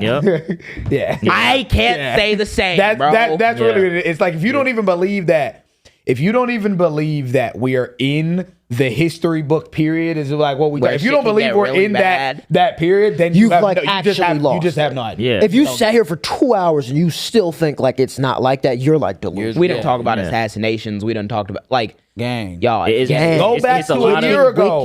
Go back to a year ago and go through your regular news week a year ago. It's not gonna look like this. We're in a completely different fucking time. It's a lot of people that are y'all are older than us, but at the same time, if your whole thing is to look at young people, whether if it's us or anybody, and think that we don't know or as don't much, have like a reason, or don't have a or didn't study shit, like, you're losing it. I think right now what the annoying thing is just that it's like we are kind of we're forced into this burning building, so we kind of have to like try to find our way to make it out of it. And we got gadgets like social media to do. Yeah, and we understand, and I completely get where people are coming from, but it's also one of those things where it's like, hey, I can't predict what the fuck their next thing about black people will be, and I don't really want to find out. Because to me, that's not important. I think that we don't get an opportunity to even hash out our differences with people who I'm not defending. Because yes, there are Hispanic people who are racist, and yeah, fuck them. But I still think that like human rights should be respected for every demographic. Yeah. So like it's that simple. The same way there's black people that are racist. Like what? Y'all know how we feel about the coons. Do you really think I'm defending the Latinos who stood on stage and was like, yes, we love Trump? No, fuck them. I just don't want a 4-year-old with cancer to get deported because she's brown. Or someone to get ripped away from their family because they're brown. Like, no, that's not, we're not advocating for that, but obviously we're not saying, pro the niggas that voted for Trump. We gotta help them now. When you get like that, you get so picky and choosy, then you realize tomorrow, oh shit, this is like actually. That's just a part. That's another part of like, and I get it. Y'all think that the young shit always is so hilarious to me because that like as an older person, I would hope you understand nuance. But yeah, it's nuance Like, because that's and nuance. to wrap up here, also, yes, just like y'all understand there are coons in our community who are also not fighting for it. There are also people who are not, Brandon Tatum, who are not Jeff Mead, who are not Candace Owens, but y'all will vote for an Andrew Cuomo. We see. Yeah, the perspectives are very nuanced. I see a lot of people come on, damn, we don't fuck with Cuomo no more. We never fucked. We never fucked with Andrew Cuomo. The percentage of black people that like voted for this nigga was like 7 Because a lot of people in our community aren't the most progressive either. No. But I don't think that means that they're less deserving of rights, that they're not niggas, that they can't have their own perspective, they can't be a human being, and that if someone was getting deported or your mama or your auntie or your friend got snatched up, that I wouldn't ride for you too. Yeah. And then the thing with that is too, people can change. But so come to the gym for some change. And if you don't, still fuck you. But yeah, that has been it. Happy Juneteenth. Happy Juneteenth. Thank you guys for rocking with us for this extended episode. All of them are extended episodes. But if you did like this, please make sure you do what? You subscribe. You like. You share. All that shit. Comment. Yes. #Jam Talks when you comment. Yes, sir. All types of shit. Thank you guys for the love and support. Is there anything else? Thank y'all for 10K. Thank y'all for 10K. Thank y'all for 20K on the other platform. 10K on YouTube. We got 50K on everything. Total. Yeah, 20K on TikTok, 20K on Instagram, 10K on YouTube. And that's just the three. We're not even talking about Spotify. K on Spotify. We got like 1,800 on Spotify. You feel? And y'all been going crazy with the ratings on Spotify too. So please listen on Spotify. Listen on Spotify. We love y'all Spotify. We're gonna start reading more of y'all comments. Real. Thank you guys so much. It's been an insane journey, and it's gonna continue to be one because as black people, that's all we get is insane journeys. So, hey, that's ridiculous. The good, bad, the ugly, that's written. The good, bad, ugly, that's written. The way it always is. Have an awesome day or night wherever you may be, and see you guys. Peace out, y'all. Peace. Thank you for watching this long. If you haven't already, subscribe. What are you doing? What are you doing? What are you doing? You think we just sitting here doing it for nothing? You think you're gonna sit here and not need do shit? Like, I know you're not subscribed. Click it. Cool.